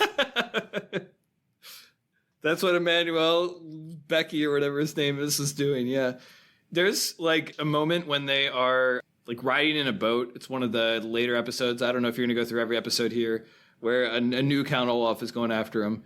And in this one, I think it's Meryl Streep. There's always a new caretaker, too.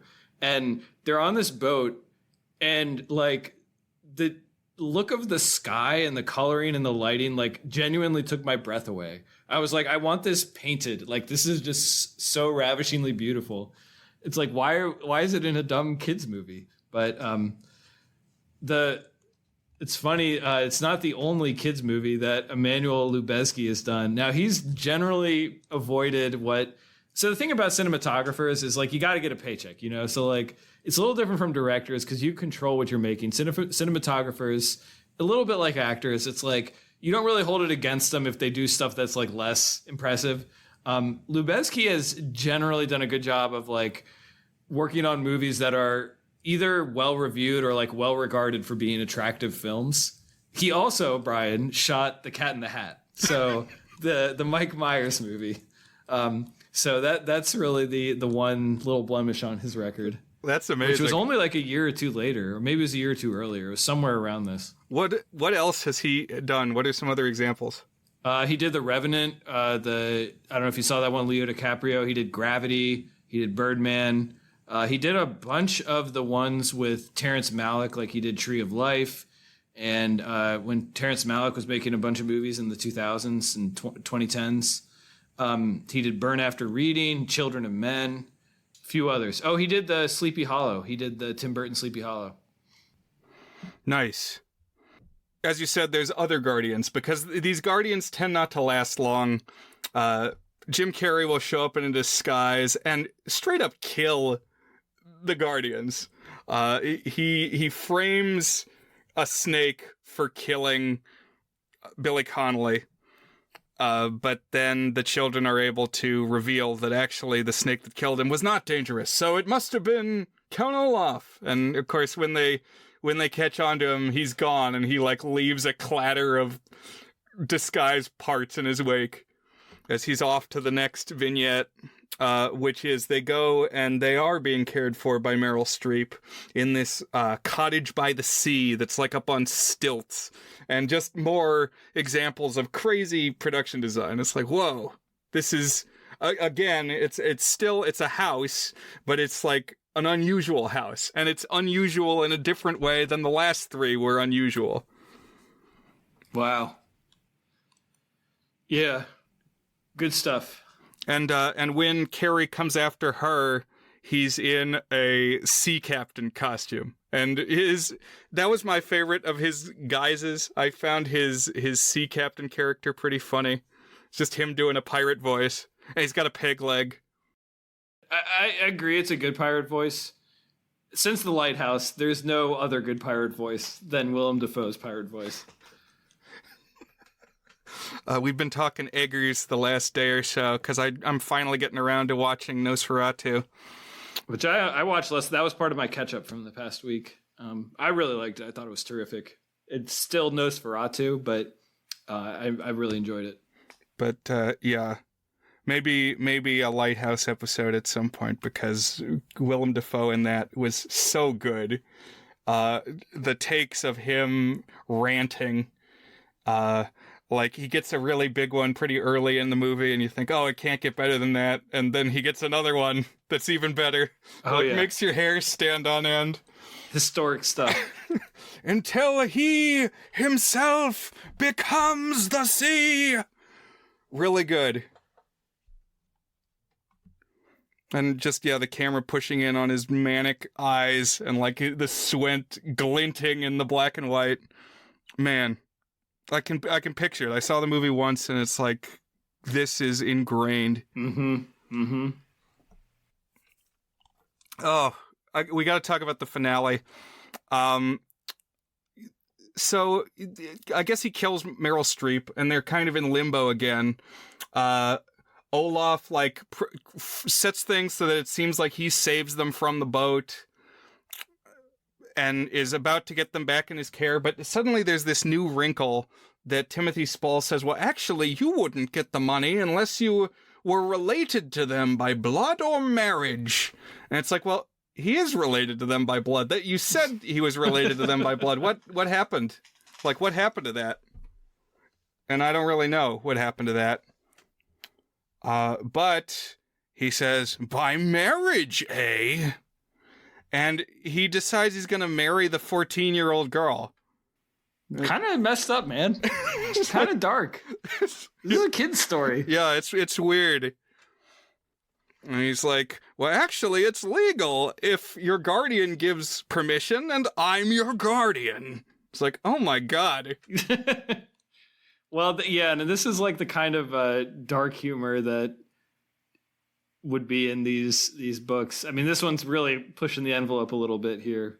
It would have stuff like this, because it's also like not played too seriously. Like it's never, you're never like, wow, this is gonna turn into like some sort of like Charles Dickens misery novel where like she's spending her whole life married to her abusive husband, who's also her third great uncle or whatever. I guess this is where I'll confess that I remember watching this movie because I remember that I had a big crush on Emily Browning, who plays the 14-year-old, who, by the way, is like born within just a couple of months of me. So it wasn't weird. I don't think she was yet 18 here. So if I had said that to me now, that would have been bad. But I saw this movie around when it came out. So right. There you go. Right.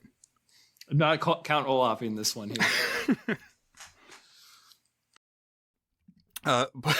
But the way that he's going to bring about this marriage is included in a play. Like, a play's the thing. It's very, like, Shakespearean. Right. And he's got this troupe of, like, goofy actor friends. One of them's Louise Guzman, and one of them's Jennifer Coolidge. And they're always helping him bring about his schemes. But while they're staging the play, Klaus sneaks into like a tower, and not only does he like rescue the baby from there, he also discovers that Count Olaf has this like Aristotelian lens system that he can do like the ancient death ray. It's not Aristotle, it's Archimedes, as we saw in Indiana Jones and the Dial of Destiny. Oh, right. Who has the polished mirrors that he can start fires with. And so it was Olaf all along, wouldn't you know? Not only bedeviling them, but like killing the parents. And also everybody, all the good guys that they've met along this journey have these little golden spy glasses. So we kind of find out that there's this secret society where everybody has a little telescope. This reveal that Count Olaf killed the parents is like the most no-duh thing. And it's like, it has no impact because, yeah, he spent this whole movie trying to murder kids in the, like, oh, wow. Well, he had a dark side. Who would have thunk, you know? Right. Also, we don't really learn what the secret society is about. Meryl Streep says something like, "We're good people who fight bad people." And it's like, well, okay, you and everybody else, but I think it's a MacGuffin throughout the whole series. It's like you never learn what it is. Now, my understanding is it gets a name, and the name is VFD. Do we see that in all in this? I don't remember seeing it, but I think it's called VFD. But it's never given a firm definition.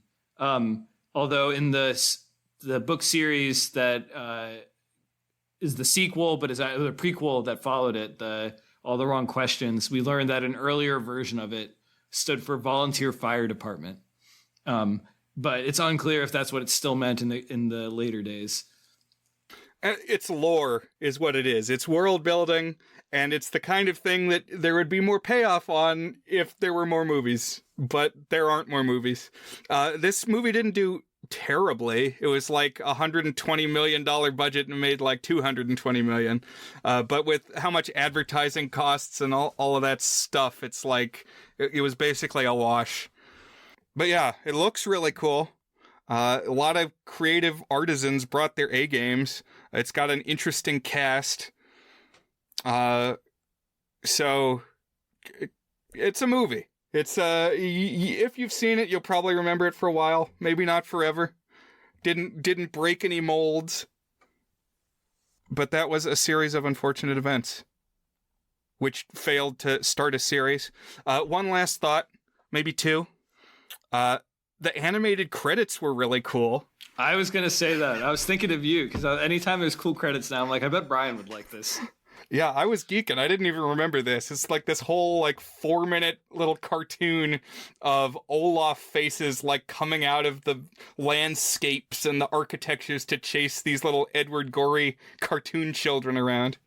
Right, they're like little paper cutouts. It's like not quite shadow puppet style, but it's like cutouts moving around style, but it's done like very artfully. Also, the soundtrack. I would have to think a little bit more about how to describe it, other than it kind of like chiming, tinkling, like da na na na na do do do do do do do, like a kind of a metallic, like a celeste or something. Yeah, it's pretty good. Yeah. But like not necessarily a melody that you would remember, but it's kind of evocative, kind of ethereal. And what I was thinking of is this sounds exactly like the score to WALL-E. Like I would bet money that this was a Thomas Newman score. And then it got to the credits and yes, it was a Thomas Newman score. I'm looking at the credits right now, Brian, and the assistant director of photography is Robert Zemeckis, or I don't know how you pronounce that, but that's the guy who shot all of Wes Anderson's movies. So, God. like, even more talent here. It's like an embarrassment of talent. And I think you can see just a smidge of that Wes Anderson stuff in there. Mm-hmm. Yeah, I mean, there's a lot of intentionally composed frames. This is very much an intentionally composed movie. Right. What I think you said bespoke or something when we were talking Wes Anderson. It's not quite like there aren't as many things in the center of the frame. There aren't as many yellow suitcases. But the intentionality of the mise en scène is there. Yeah, for sure. Now that you're saying that and I'm thinking back on it, I can definitely see it's got like some Wes Anderson energy of like the way that the frame is structured, and they kind of use the flat space to like build these really interesting compositions. One more movie, Dan. We're not home yet. We gotta keep fighting that third monster. And the last film that I kind of tacked on last minute, and I asked, please, Dan, please watch this movie for me, is Beowulf, which I watched January 20th, 2008, my 18th birthday. Also, by the way, my 18th birthday was the debut date of Breaking Bad. That's when the pilot episode aired. Oh, wow. I didn't watch it at the time. I caught up with it later on Netflix. Angelina Jolie making you a man, Brian. That's right. Better Call Saul debuted on my father's birthday, February 8th. But yes, Beowulf is what we're here to talk about. Now, Dan, what is your past exposure to Beowulf?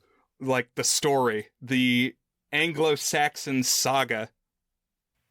So, my experience with the Beowulf, you don't call it a book. Gavin's going to excoriate us on Beowulf talk if he ever listens to this. But the epic poem, I guess it probably is what you would call. So I quote unquote read it in sophomore or junior year of high school. But I did the thing that I got very good at, which is learning what I need to learn to be able to pass the course with a decent grade, and either like not reading it or like reading it in a way that it was speed reading and not really reading it, like picking up on important things, cliffs noting it, pulling out a few passages for whatever essays I was going to write, etc. So it had essentially washed from my brain. What about you, Brian?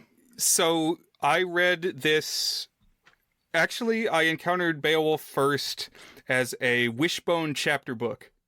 So it didn't have an episode of the Wishbone TV show, but there was like a larger series of Wishbone branded chapter books, and they did a Beowulf installment.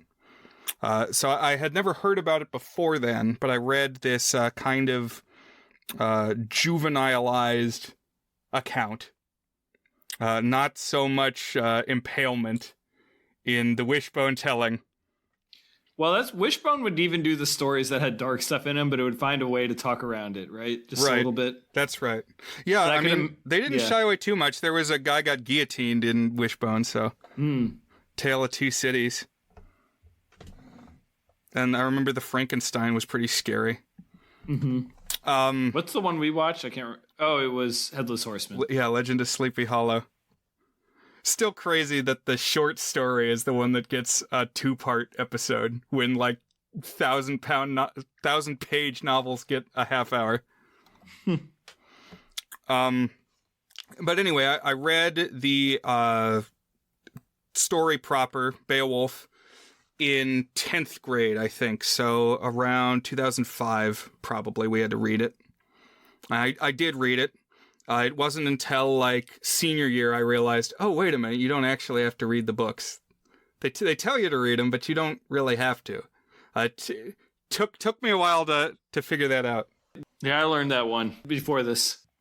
This, though, is a story. It was written in Anglo-Saxon, which is also known as Old English. But it's a story about Scandinavia in the 5th and 6th century. It's about Geats. Now, Geats, they came from Geatland, which is now part of Sweden. Basically, some Swedish guys go over to Denmark. That's what happens in this story. But it's like renowned as the original Old English legend. And I think that's probably all tied up in the fact that for a while Vikings ruled England. But it still is interesting to me that it's like in Anglo-Saxon, and the Anglo-Saxons are kind of different from the Vikings. It's like not the same ethnic group, not the same language. There are some characters in this movie who they like speak Anglo-Saxon, which is kind of a cool detail that the filmmakers went to the work of like working Anglo-Saxon in there, but I don't know that the actual figures would have been speaking Anglo-Saxon. They probably would have been speaking Old Danish or Old Swedish, and probably all of that has overlap, I would have to imagine, because I took German in school and it had a lot in common even with modern English, but especially with, like, if you look at Dutch or look at the Scandinavian languages, there's a lot of overlap with German, with, you know, Swiss German and all of that. All of that to say, like, Tolkien really loved Beowulf. Okay. And he's like, oh, English legendarium. Monsters are out there, and dragons. And this is what I'm going to latch onto and make, like, my core. But this book was reasonably fresh in my mind in 2007 when this movie came out. So let's talk about the film. It is an entry in Robert Zemeckis' string of motion capture animated films, where human actors kind of act out their role, and they have little sensors strapped all over them, little ping pong balls that map into the animation software. So it's like the performance gets kind of grafted onto a CGI skeleton and carried over onto an animated character. And that's how it works. So this was the second of his 3 pure mocap experiments. I want to opine a little bit on the overall mocap era in a bit, but you can tell it's, first of all, the mocap is better than the one that came before it, which is Polar Express. That's the one that really had the dead eyes.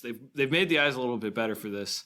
But the next one would be, and the third of his 3 mocap movies would be A Christmas Carol, which we also talked about. Now, the graphics bother me. In this one, more even than the other 2. I'm not exactly sure why. It looks like Skyrim. It looks like a Bethesda game. It doesn't look good. Oh, it's so ugly. It's horrendous. So I guess this is where I'll opine a little bit, which is, it's kind of dumb that he spent like a decade of his prime, I guess is like the tail end of his prime, on this mocap experiment. I've heard mixed things. I'm not like an industry guy, so I can't really tell you. I've heard mixed things. Some people say he was just spinning his wheels and noodling and it was like an epic failure. And I've also read that, like he made a lot of advancements that still get used. Like James Cameron pulled some from his technology, both in like the actual motion capture itself, but more importantly, like they made huge strides in like the software and the processing of this stuff. And like that wouldn't have happened if you didn't have a mad genius who could get unlimited budget, like Robert Zemeckis bringing it in. But like, it really just has not held up. Like, it does not look good. And like, my experience on this movie was that I didn't see it when it came out. I didn't see it until a couple years ago. But like when it was out in high school, or I guess if it came out in 07, it would have been college. The reputation was that like this movie's so cool. It's so badass. It's got sexy things in it. It's so hot too. It's like what the cool kids would see as a cool movie. And it's like super intense. And then I see it and it's like this ugly ass video game graphics stuff. And I was like, it's been one of the more disappointing movie watching experiences for me since we started this movie podcast, Brian. Not this viewing, but like the first time I saw it, because it's like dumb macho bullshit in the story. And then it's like this, yeah, you said it's Skyrim graphics. Like it's so uncanny and ugly. I have a little more nuance I'll save for my is it good section on this, but you are 100% there that it does not look good. The graphics should bother you, Brian, because they're ass ugly. They should bother you. If they don't bother you, then you are like turning off your sense of aesthetics on this. Yeah, I can kind of see that it's got some of the same energy as like 300. This was that era.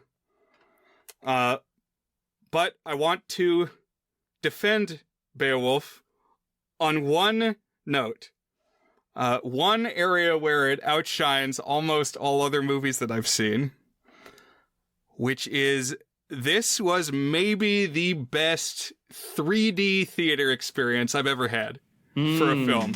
The 3D in this movie was so good. And for some reason that I cannot understand, I've never been able to get my hands on a 3D Blu-ray release of this movie. I've got all the other Zemeckis mocaps, Polar Express and Christmas Carol. I guess I don't. Did he do Mars Needs Moms? No, I don't think so. Okay. All right. Well, I don't have that one. Anyway, I can't find this one. Like I've seen like Italian disc. I've seen like a French disc, and I don't want to shell out money for something I don't know is going to play in my player. Maybe it would. Maybe it would work. But I don't want to like pay international shipping and then not have it work. So I haven't been able to re-experience this, but my memory was that everything in this movie was like perfectly choreographed to maximize the 3D. And some people hate 3D, and it's for all the gimmicky reasons. And if you feel that way about 3D, you won't like it. But if you like things poking you in your eyeballs, this is what you want. You're never going to get better than this.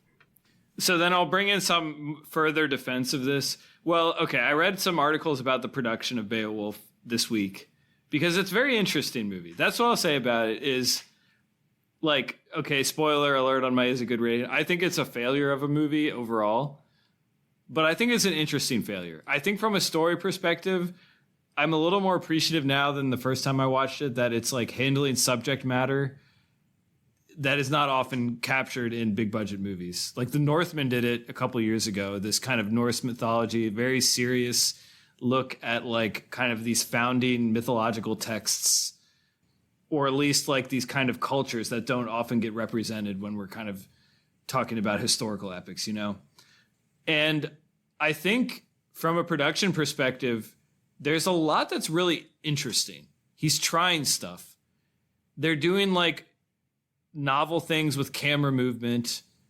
And like my theory on this is that it's basically one, I don't even know if this is a theory, this might just be fact, like confirmed. I didn't see a quote basically saying this, but almost like indirectly saying this. He wanted to show you could use mocap for a grown-up story. It like not just Polar Express, a kid's storybook story. Like you could tell real story, real epics with mocap. So it's almost like a demo reel for mocap for like people who would want to make action movies. But when he was making it, at least according to what I read, he like really liked the script. And he was drawn to the script more than he was drawn to the broad idea of an adult story using mocap.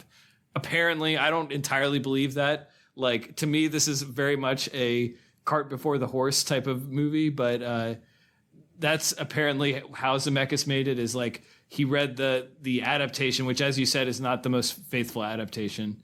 Or maybe you haven't said that. Maybe that's just in your notes. Right. I don't know if I've said that yet, but so I'm glad that you said that, though, because when I first watched this, that was my takeaway. Was like, well, they messed with the story. I read it. I read this book, and this isn't like they took creative liberties with the book. But I appreciate it a little more now, because what the hook is that Beowulf is an unreliable narrator. Like, the story that has been passed down to us is the way that Beowulf wants to be seen, but that's not really what was going on. And it helps kind of tie together what is a very episodic story. It's like Beowulf fights Monster 1, Beowulf fights Monster 2, and then many years later, Beowulf fights Monster 3. That's basically all that's in the old book. And they wanted to kind of make that a little possibly postmodern, but definitely like cohesive, more cohesive than it was. But it doesn't entirely work because they spend like half the goddamn movie in that one feast hall. It's like over and over. It's like, I don't know if it's because they ran out of budget. Apparently it's not. Apparently Zemeckis was like, write whatever epic shit you want and I'll put it on screen. Like, part of the beauty of mocap is that it's not more expensive to do wild, crazy stuff than it is to do just people standing around talking. So like, make it as epic as you want. And you kind of see a lot of that where they like do stuff that if it were a live action one, you wouldn't have like the cool tracking shot of the monster's head being thrown on the table for a bounty, like zoomed in on it and then flying with it. It's like, okay, that's a cool thing you can do in this technology paradigm that would be a lot harder to do and probably not worth it in a live action one, you know? Mm-hmm. Whether it even makes the movie better to do that, I don't know. It's kind of showy, like, oh wow, look at all the stuff that this can do. But anyways, where was I even going with that? What were we talking about? The script was one of the things. And I don't know. I felt like there's, even though stuff kind of happens, there's still like, I feel like treading water in this story as well. Fair enough.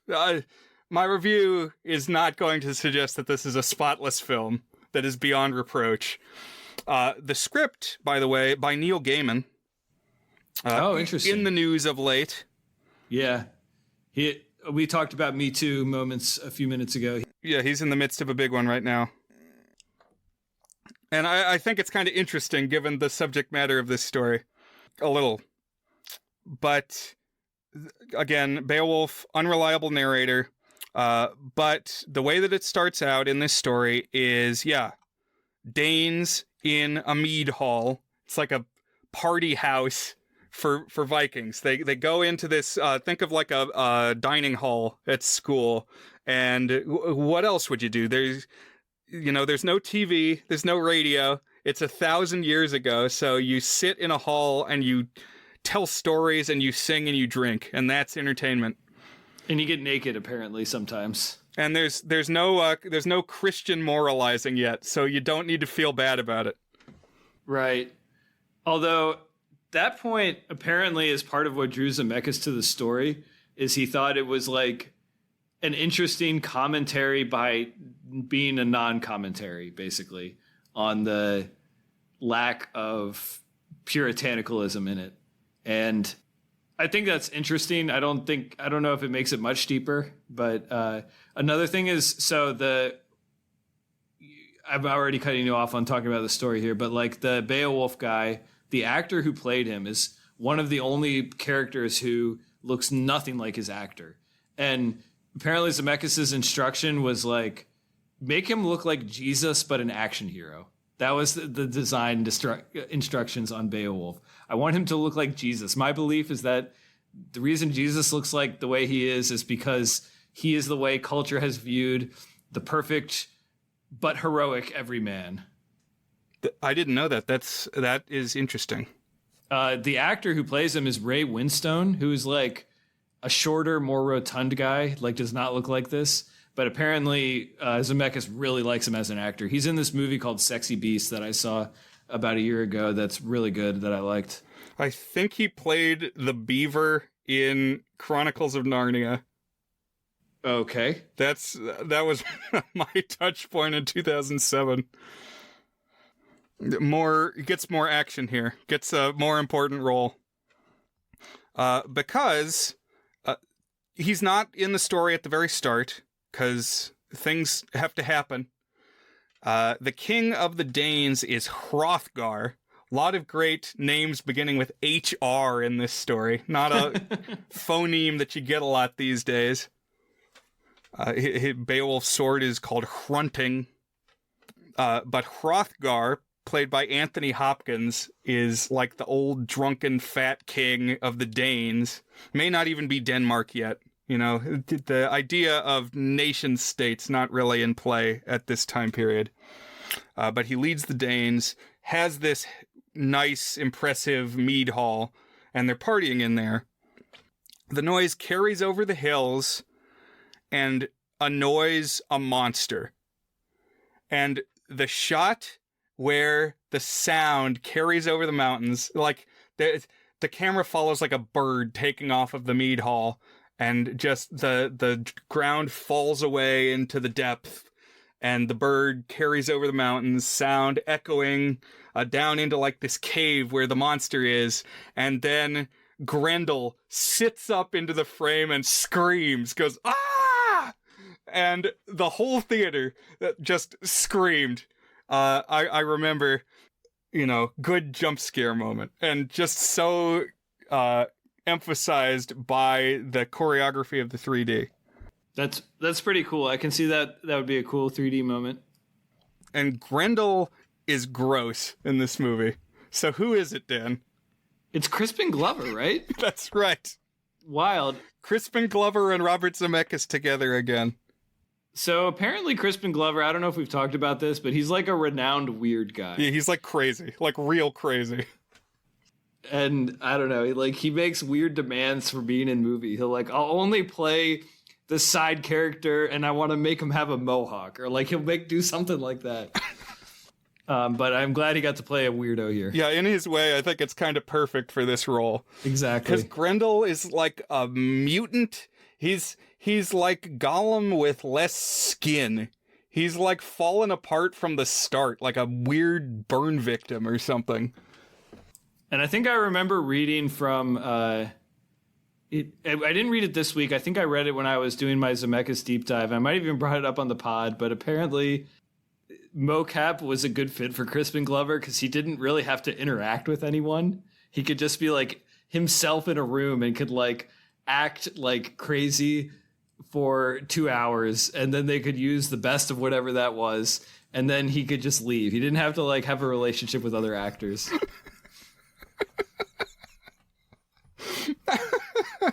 I'm picturing this performance done that way.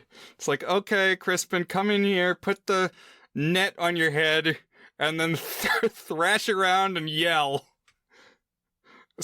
Act like you're smashing things. Act like you're pinching a head between your fingers. All right, break for lunch. And I did read an interview with Ray Winstone, or whatever the name of the lead actor is. And he said, despite you would think it would be a worse acting experience because you're not in costume and you have the ping pong balls on and stuff. But he said he actually found it more natural in some ways because there was no normal camera where you had to be acting directly to it. And in particular, you could just keep going. Anything that you did could be captured. So they could do 15-minute scenes from start to finish. And you didn't need to just do the shot. Okay, now do the shot again. Okay, now do the shot again. Okay, now do the next shot. Except it might not be chronologically there. You could act in a way that was much more linear and almost stage-like, despite it feeling like the opposite of that, stage-like, That is very cool. I remember that blowing my mind when I watched the behind the scenes on the DVD for Monster House. Have you ever seen Monster House? No. It's not very good, but they did mocap for that too. And in the making of it, talked about that, you can do the scene and the camera is virtual. So it's you could just decide to shoot the scene again a whole different way. The performance is still going to be the same, but it's a whole entirely different movie that you can just do in the computer. So for that reason alone, it's I can see why people would be interested in trying motion capture. Mm-hmm. Grendel comes down the mountain and smashes some people up. It's pretty gross. He's smushing everybody and ripping them apart, drinking the blood, throwing them across the room, and they like do a 360 and land, and the spike goes through them. They like land on a chandelier, and the spike goes through them. And just assume, because you don't get it in the 2D. The 2D is like unwatchable to me now, because I could just remember how it was when you're watching them spin through in the 3D. It's like every R-rated thing that they could think of to put in here. It's like, oh, they're going to be drinking. Oh, they're going to be canoodling. Oh, there's going to be lots of violence and impalings and blood splatters and naked ladies too. It's like, it almost feels try hard to me. But now they put out like wanted posters of, please somebody help us. It's a bounty on the head of the monster, calling all heroes from neighboring kingdoms, come and kill the monster. And Beowulf answers the call. He's like a Ghostbuster. He's this legendary fighter from Geatland, and he's come to help. And so a couple things when he first shows up. One is that Hrothgar has a much younger queen that he's married to, and who kind of resents his drunkenness and just his general being a gross old man. Even though, I mean, like, what is a king required to do in this day and age that's depicted here? I feel like he does, like, lead relatively responsibly. Like, he's built this city, and then when a monster threatens it, he's like, he's at least marshaling some kind of a response. I guess he could be more on his A game, but and as we find out, he's like more connected to what's going on than we know at first. So that colors her judgment of him, of course, but still, like, what kings are imperfect. They're maybe not the best way to run societies, but I could see Anthony Hopkins as a king. Yeah. There's something regal about him. Yeah. But as soon as this queen, whose name is Wealhtheow, everybody's got great, like, old names. Like, if you look at the kings of England before William the Conqueror, you got names like Ethelred, and I think Ethelred was married to Ethelfled, and it's all these crazy names. Now that would be a sitcom. I love Ethelfled. But Wealhtheow is done with Hrothgar, doesn't respect Hrothgar, is kind of grossed out and put off by him. And as soon as Beowulf comes in, he's got eyes for Wealhtheow, and we seem like Wealhtheow's into Beowulf too. It's Robin Wright, by the way. That's right. So from Forrest Gump. And here, this past year. So, Zemeckis mainstay. Yeah, and kind of like here, where she's de-aged. So, like, Robin Wright is one of those people where, like, when she was young, was just a legendary beauty. Like, William Goldman, who wrote Princess Bride, has talked about it, how, like, crew members would stop what they were doing to watch her just, like, walk from the trailer to the shooting space. And here she gets the worst of the CGI, I think. Like, she looks the most like a Skyrim character out of pretty much anyone here. And she's got a really square jaw. Like, I don't know if I brought it up when we talked Idina Menzel in Enchanted, but she also has got like a lantern jaw. Just like a big square Giga Chad mandible on Idina Menzel. And I don't know if Robin Penn Wright is really like that, but in this movie she is. But she can play the harp, which I find playing the harp really attractive. I don't know. That's something for me. If she could play the harp, I'm into that. And then she sings this song. Well, she actually gets two songs in this movie, and I remember that from when I saw it. That she's got these two harp songs, and then in the credits there's like a big epic rendition of the second harp song by who else but Idina Menzel singing in the credits. By the way, Brian, what's her name again? It's Welthau. That's right. So we got Welthau, we got Hrothgar, we got Unferth. I don't know if we got to Wiglaf yet. These names, we're getting into like territory where my eyes just glaze over. It's like, okay, sure, there's someone named Wiglaf here. I don't care anymore. Yeah. I don't give a damn. Yeah, okay.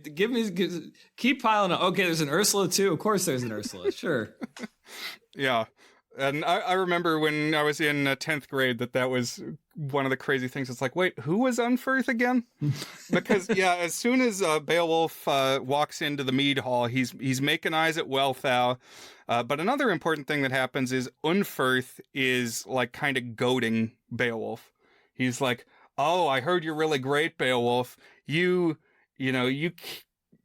competed in a swimming match. This is in the book that they talk about this swimming match that he had, except as Unferth tells us, it's like, but I heard you didn't win the swimming match. And why didn't you win the swimming match if you're the legendary warrior who's going to answer our prayers? And Beowulf says, well, it's because I got distracted by fighting sea monsters. And we get a little big fish flashback where he's swimming and, like, takes a break, Tortoise in the Hare style, to fight sea monsters, except he dives down under the waves, and what's down there is a mermaid, and he starts having sex with the mermaid. Snap back to the mead hall, and Beowulf says, so that's what I was doing, killing sea monsters, leaving out the part that he was having sex with mermaids. So that's what goes on behind the scenes for Beowulf. He doesn't lead with that he likes to fuck monsters. But that's who Beowulf is. He's a monster fucker. Do you relate? The situation has not arisen, Dan. I've not been waylaid by that sort of sea monster. Speaking of the lighthouse. Yeah, I'm stuck with my scrimshaw drawings. But Beowulf says, don't worry, guys. I really am the real deal. I can kill monsters. So just leave me to fight Grendel. And they set up another party to make the noise, to draw Grendel out again. He comes smashing in. And Beowulf leads up to the fight saying, well, Grendel fights with his bare hands. He has no armor or weapons, so I will also fight him with no armor or weapons. And he strips naked, which, again, is in the book. Like the Christmas Carol account, there's like a lot of little details in this motion capture adaptation taken from the book, which then again makes it weird to me that they changed as much as they did, to then also have the little details, but whatever.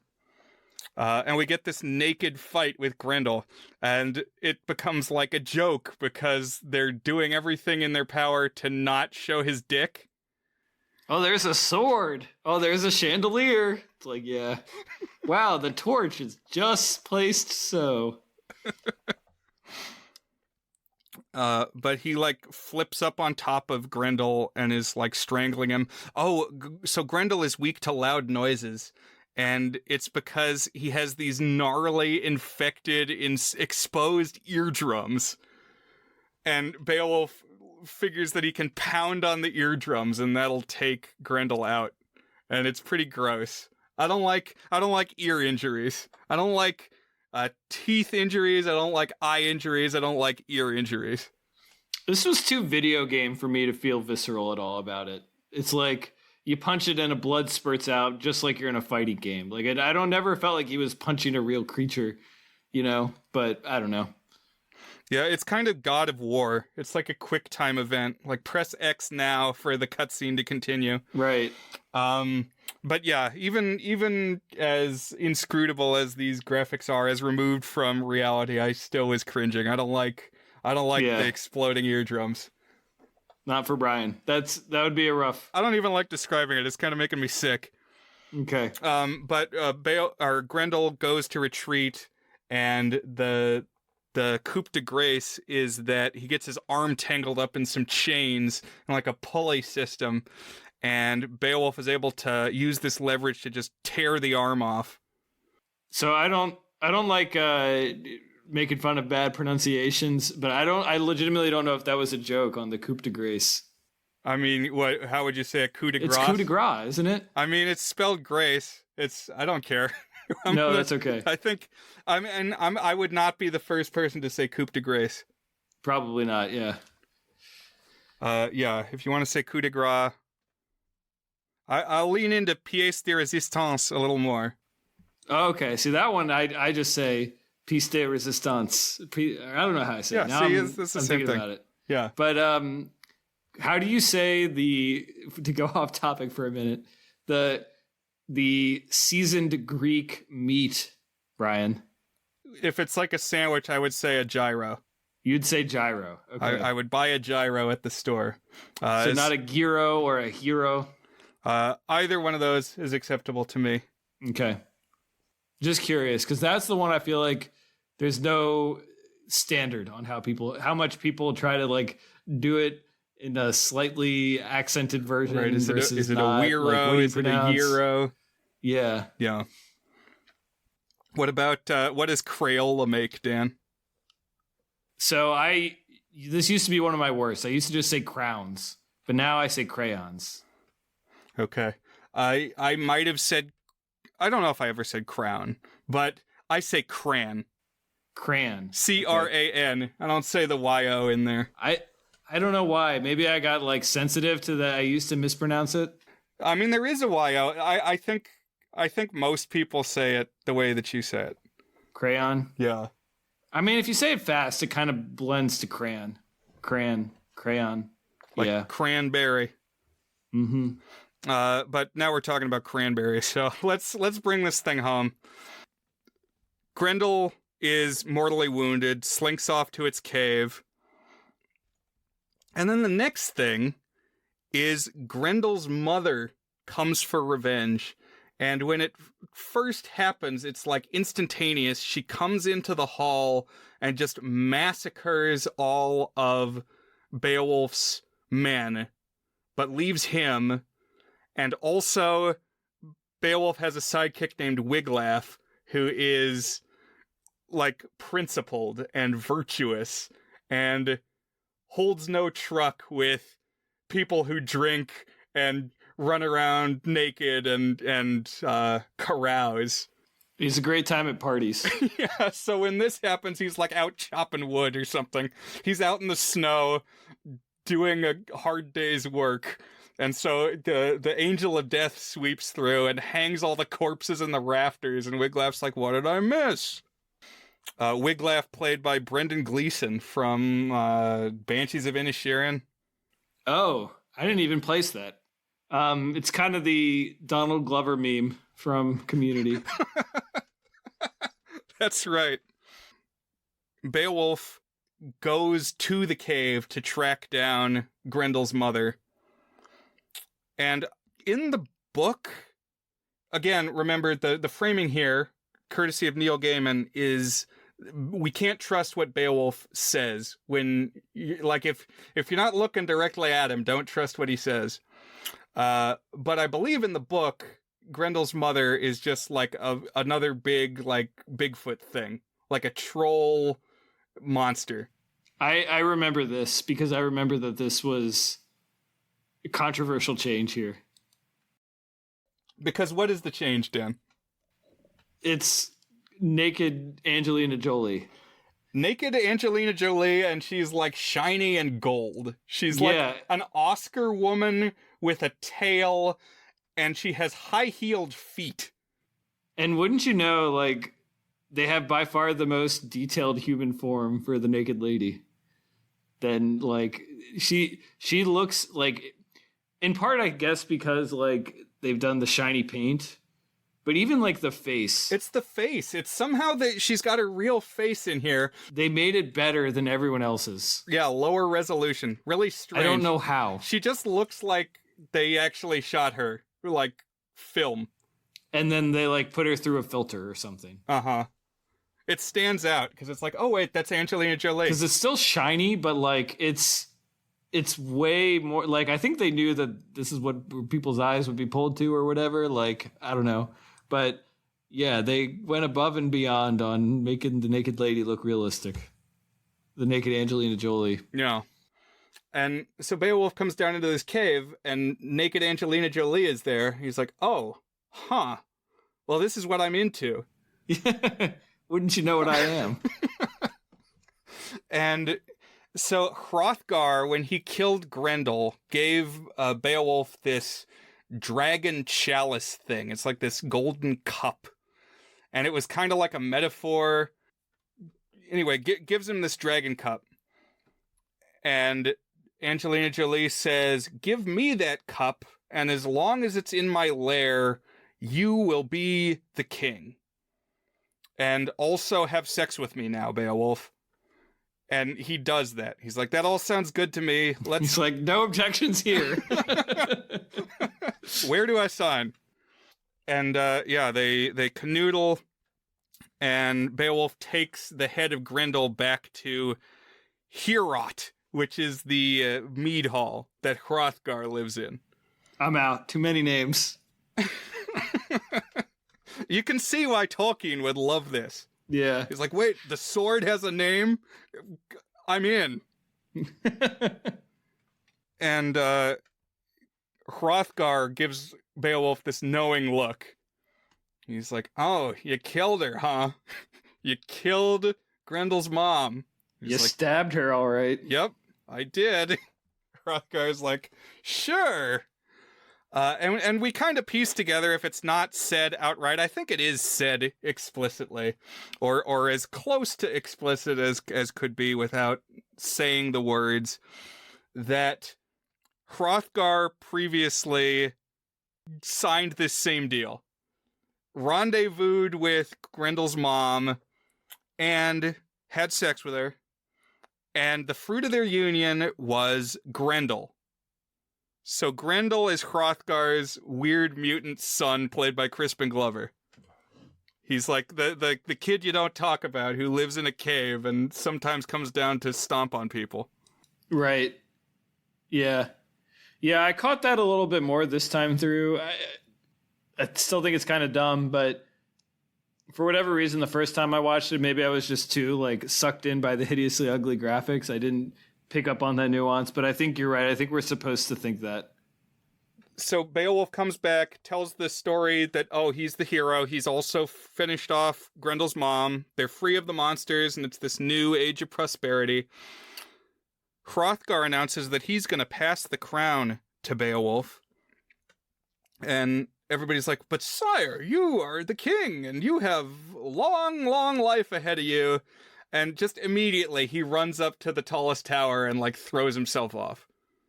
So Hrothgar offs himself, and suddenly Beowulf is the king, gets everything that comes with that, the kingdom and the queen. So now he's married to Robin Penwright. Yeah, the thing where he throws himself off, I just didn't get it. I was like, it happened, and I was like, wait, what? How did it happen? Why did it happen? I felt like it didn't make sense. But then, I don't know, mythology has a lot of stuff like that, which is part of the reason I've come to realize that, like, if it's like an ancient tale, I'm going to be rolling my eyes a little bit when I watch it. But anyways, yeah. Right, but it's kind of like, because Grendel is dead now, his burden is lifted. Hrothgar, like, he doesn't have to worry about that anymore. And I guess one path would be, okay, you can continue to be the king and be happy and peaceful in your lands. But I don't know. I don't know. This is what he does. This is the choice that he made. So Beowulf is the king, married to Wealhtheow, and we jump ahead. We have a time skip, a couple decades into the future. And Beowulf is this silver fox. He's like gray-haired, a military leader, and as was prophesized by Angelina Jolie, he's had this long reign as the king. By the way, this was another thing where I was like, oh, Robert Zemeckis has shown off what you can do with mocap. Look, you can age up your actors and you can make it look realistic, like without having to do makeup. You can make them age decades. And I'm kind of getting why, like you said, someone would want to do all this. but it still felt almost like a demo reel in some ways. Mm-hmm. There's some dialogue between Beowulf and Wiglaf that, oh, we fight men now? We fight nations? What happened to fighting monsters when it was cool and we were heroes? And there's a line that the age of heroes is over now. And it's kind of blamed on Christianity. It's like, now everybody idolizes martyrs and they turn the other cheek. And it's like, it's not cool to be a killer anymore. Thou shalt not kill. Yeah, so I guess there is a little bit of like direct commentary on the Christianity or lack thereof of it all. Yeah. You know, it's kind of dabbling in themes. There's like, it's trying to say something. Dabbling in themes. I like that. You know how I like my movies. I like it when they dabble in themes. But Beowulf says something here that really resonated with me. He says, I feel my years upon me. Oh, man. Birthday line there. That's what I'm feeling. That's title of the episode right there is, I feel my years upon me, Wiglaf. And so old Beowulf, he's not limiting his attention to his queen, who, like Hrothgar, has borne no heirs for Beowulf. He doesn't have any kids. He's this old king now, no kids still.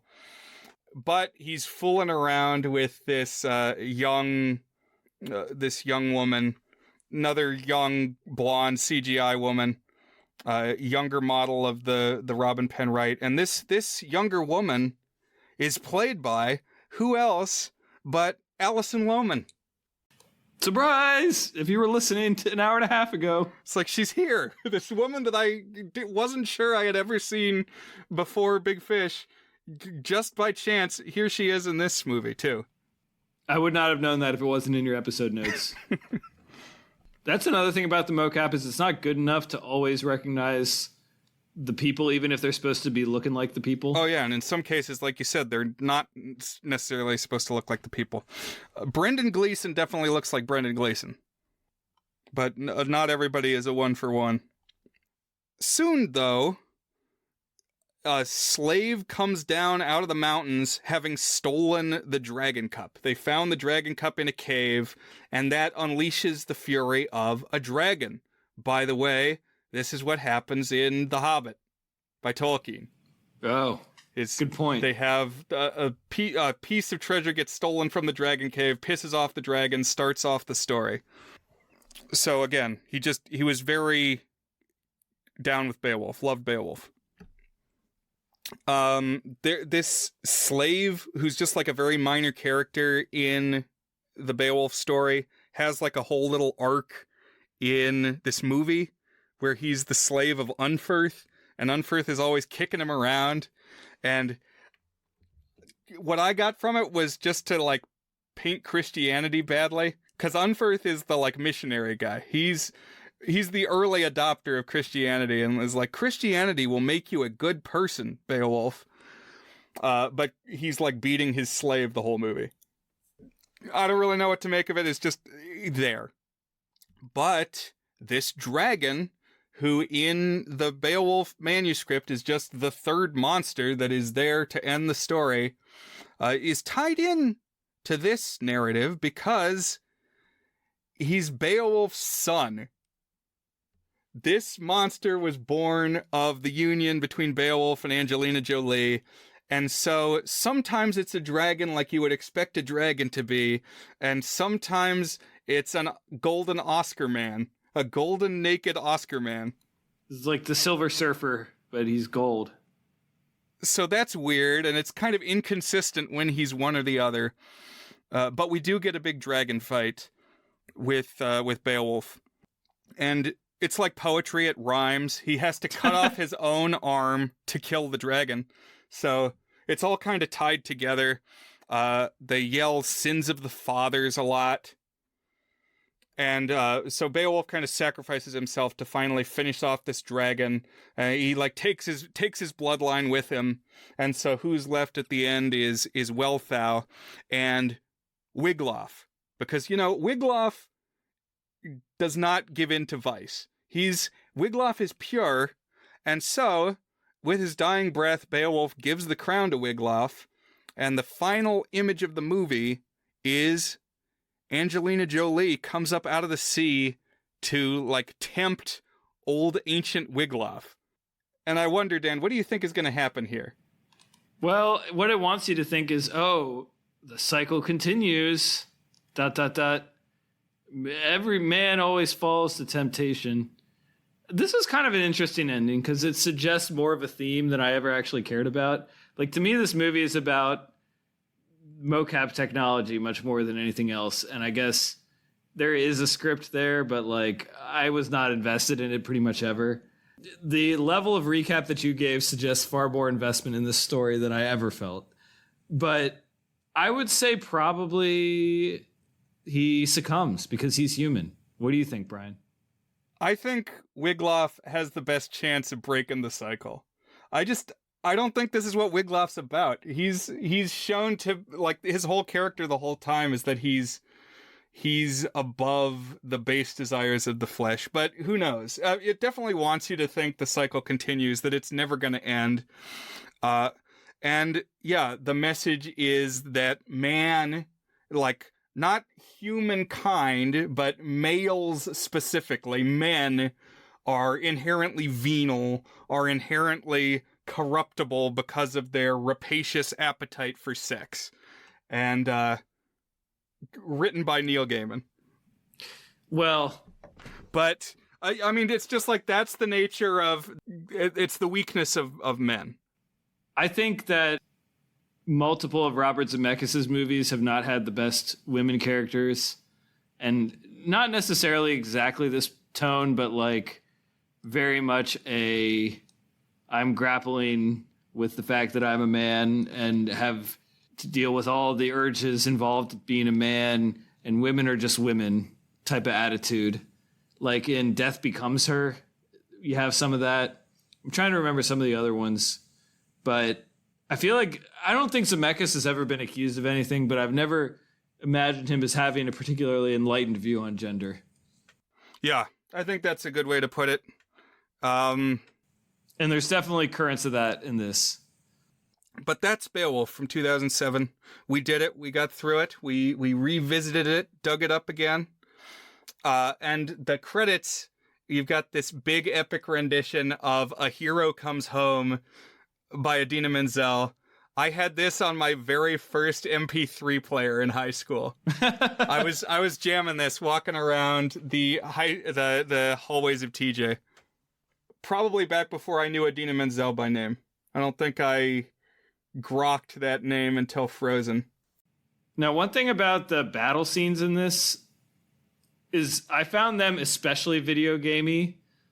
I'm just kind of gathering my thoughts in general on this, because a lot of the things they fight have like glowy spots that in a video game you would shoot an arrow at the glowy spot. Or like a one specific, he's got to reach in and grab the one dragon heart that's in the one hole spot that he can get into, you know? Felt very video gamey to me. For sure. Definitely has that God of War or Shadow of the Colossus. I think God of War is a good call because it's got the mythological, it's like the right approximate setting and flavor. Yeah, and time period. You know, it's that PlayStation 3 era.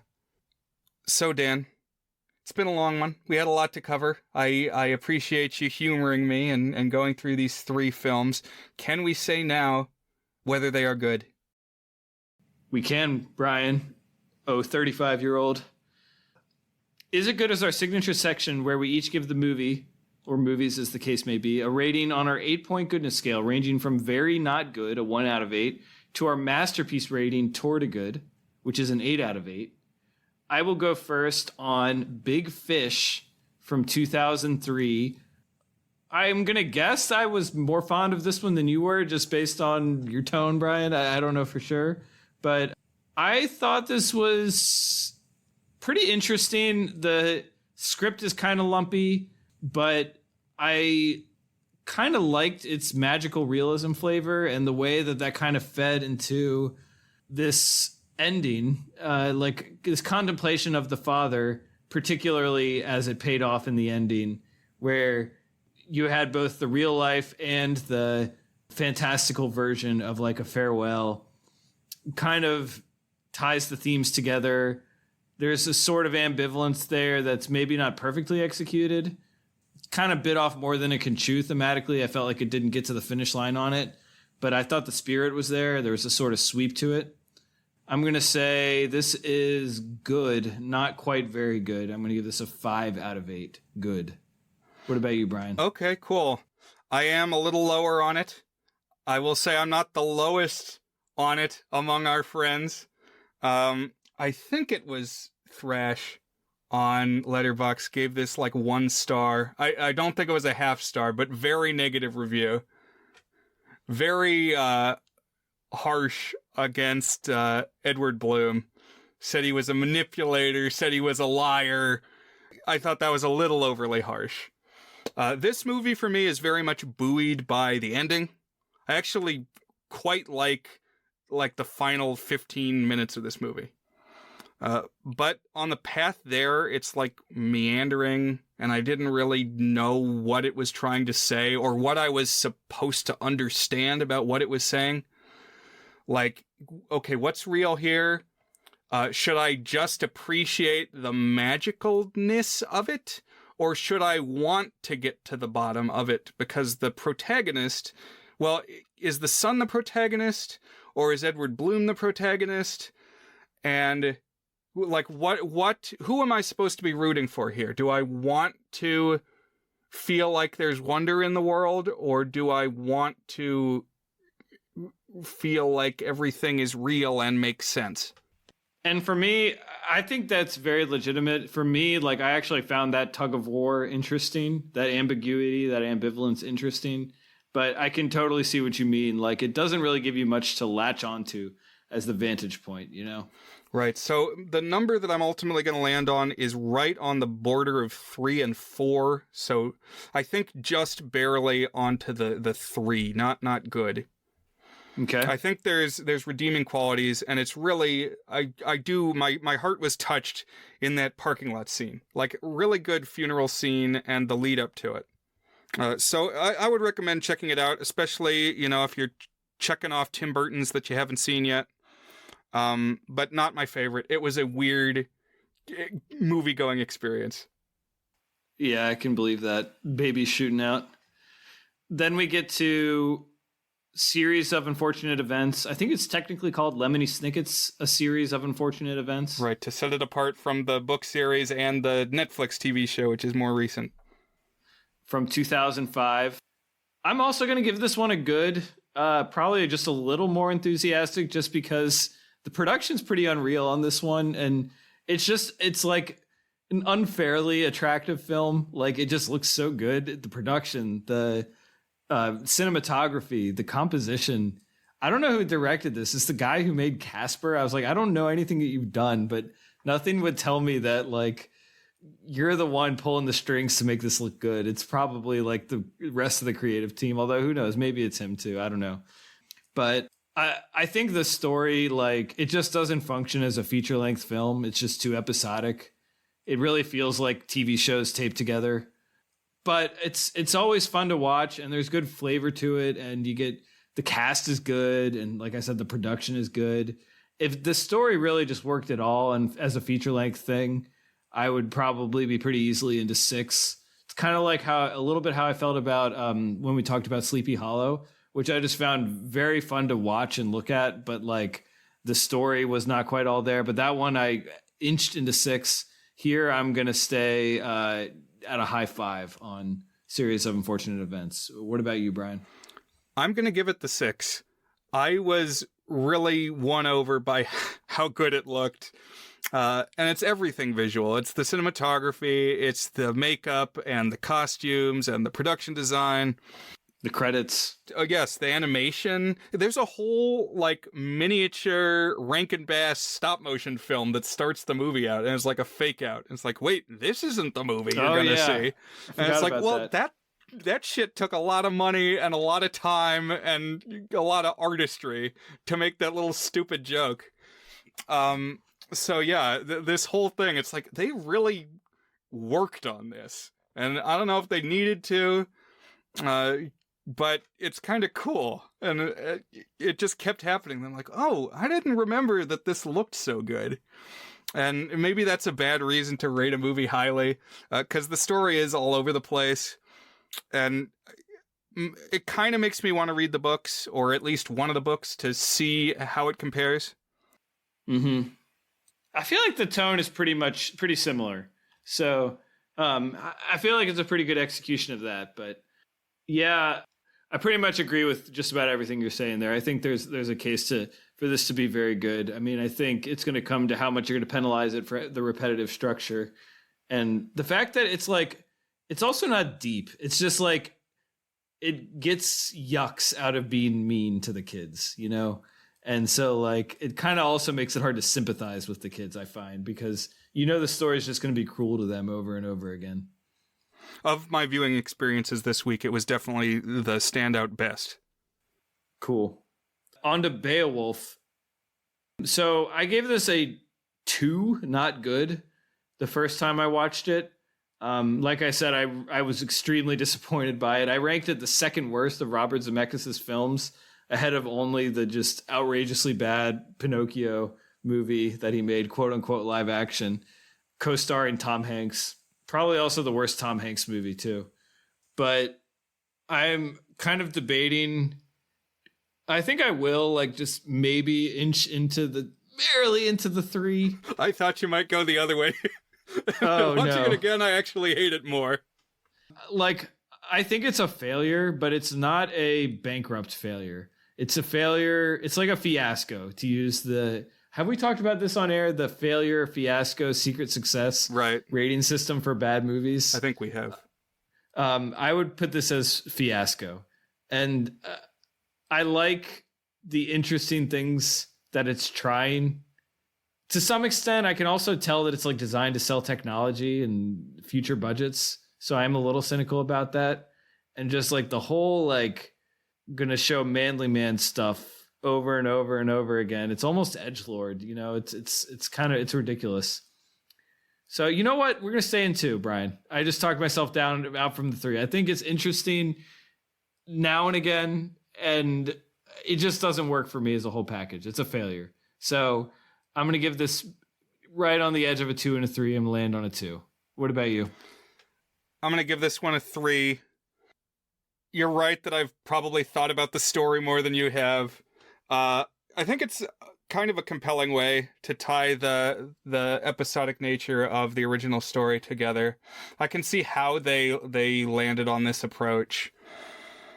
And like I kind of resented it for changing the story when I watched it in high school. Because I think sometimes people will go to see a movie that's based on a book, and they will watch the movie and not have read the book and assume that they got basically the same experience. Like if somebody asks them about the Beowulf story, they're like, oh yeah, I know what happens in the Beowulf story because I saw the movie. But if they're being like revisionist and like postmodern and changing things up, then you're not going to be able to necessarily answer the Jeopardy question. And that's what really matters when you consume a book. Can you answer the Jeopardy questions about it? It's kind of, I've said interesting way too many times in these 3 hours, but there's something to it. There's like a nut that's cracking. They're like getting at something with this, corruptibility of man approach. Like even our greatest heroes are mortals and not infallible. The graphics don't look good. They were only slightly better at the time. It's like this technology never really looked good. But again, I can see why they tried it out. There are some funny riffs on this style if you watch the recent Rescue Rangers movie on Disney+. There's like an outcast village in the animation community where the Robert Zemeckis mocap people live. I think they even call it the Uncanny Valley. That's like the part of town that they're exiled into. That's kind of funny.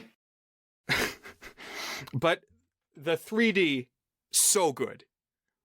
Amazing 3D. We shouted out Robert Zemeckis' Christmas Carol for the good 3D. And even then we said, it's goofy that it's clearly a tech demo, clearly showing off what you can do, but they're showing off what it can do by doing it. It's like they actually did show that it's got some technical possibilities to make the 3D cool. And I really, really want a 3D Blu-ray of this. So listeners, if you find this somewhere and it plays on an American 3D, if you could just put this disc in my hands, I'll test it out. Because I got the system to play it on, if it is regionless or whatever. Because I've been chasing that high since 2007. You got to see it again. You got to have the full 3D version of Angelina Jolie's breasts coming out at you. And that's the 5th birthday episode in the books. I'm 35 now. So thank you for sharing the journey, listeners, especially if you've been with us for a long time. If you've been the wig laugh by our sides, the wig laugh beneath my wings. The wig laugh, I like that. That could be... There's a lot of good episode titles from this one, I think. So I know that ran a little long, Dan, but I wanted to thank you specifically for taking part, for talking movies with me. Yeah, always fun. I like the occasional 3-hour stay up past midnight recording session as well, Brian. But I guess that takes us to my selection. That's right. Time keeps passing. So what have you got next for us? Well, we're going to do a theme month, and I haven't decided what the theme month is. So, listeners, you will know when the next episode drops what the theme month is, as well as what is the first film selected in that theme month. And Brian will know well before the episode drops because he needs to watch it and he needs to discuss it with me. So, Brian, I will let you know. And listeners, thanks for joining us on this fun extended outing here. Happy birthday, Brian. Happy birthday to me. Happy birthday, dear Brian. As Patrick would say. But yeah. Thanks, everybody. Shout out to Patrick. See ya. Bye.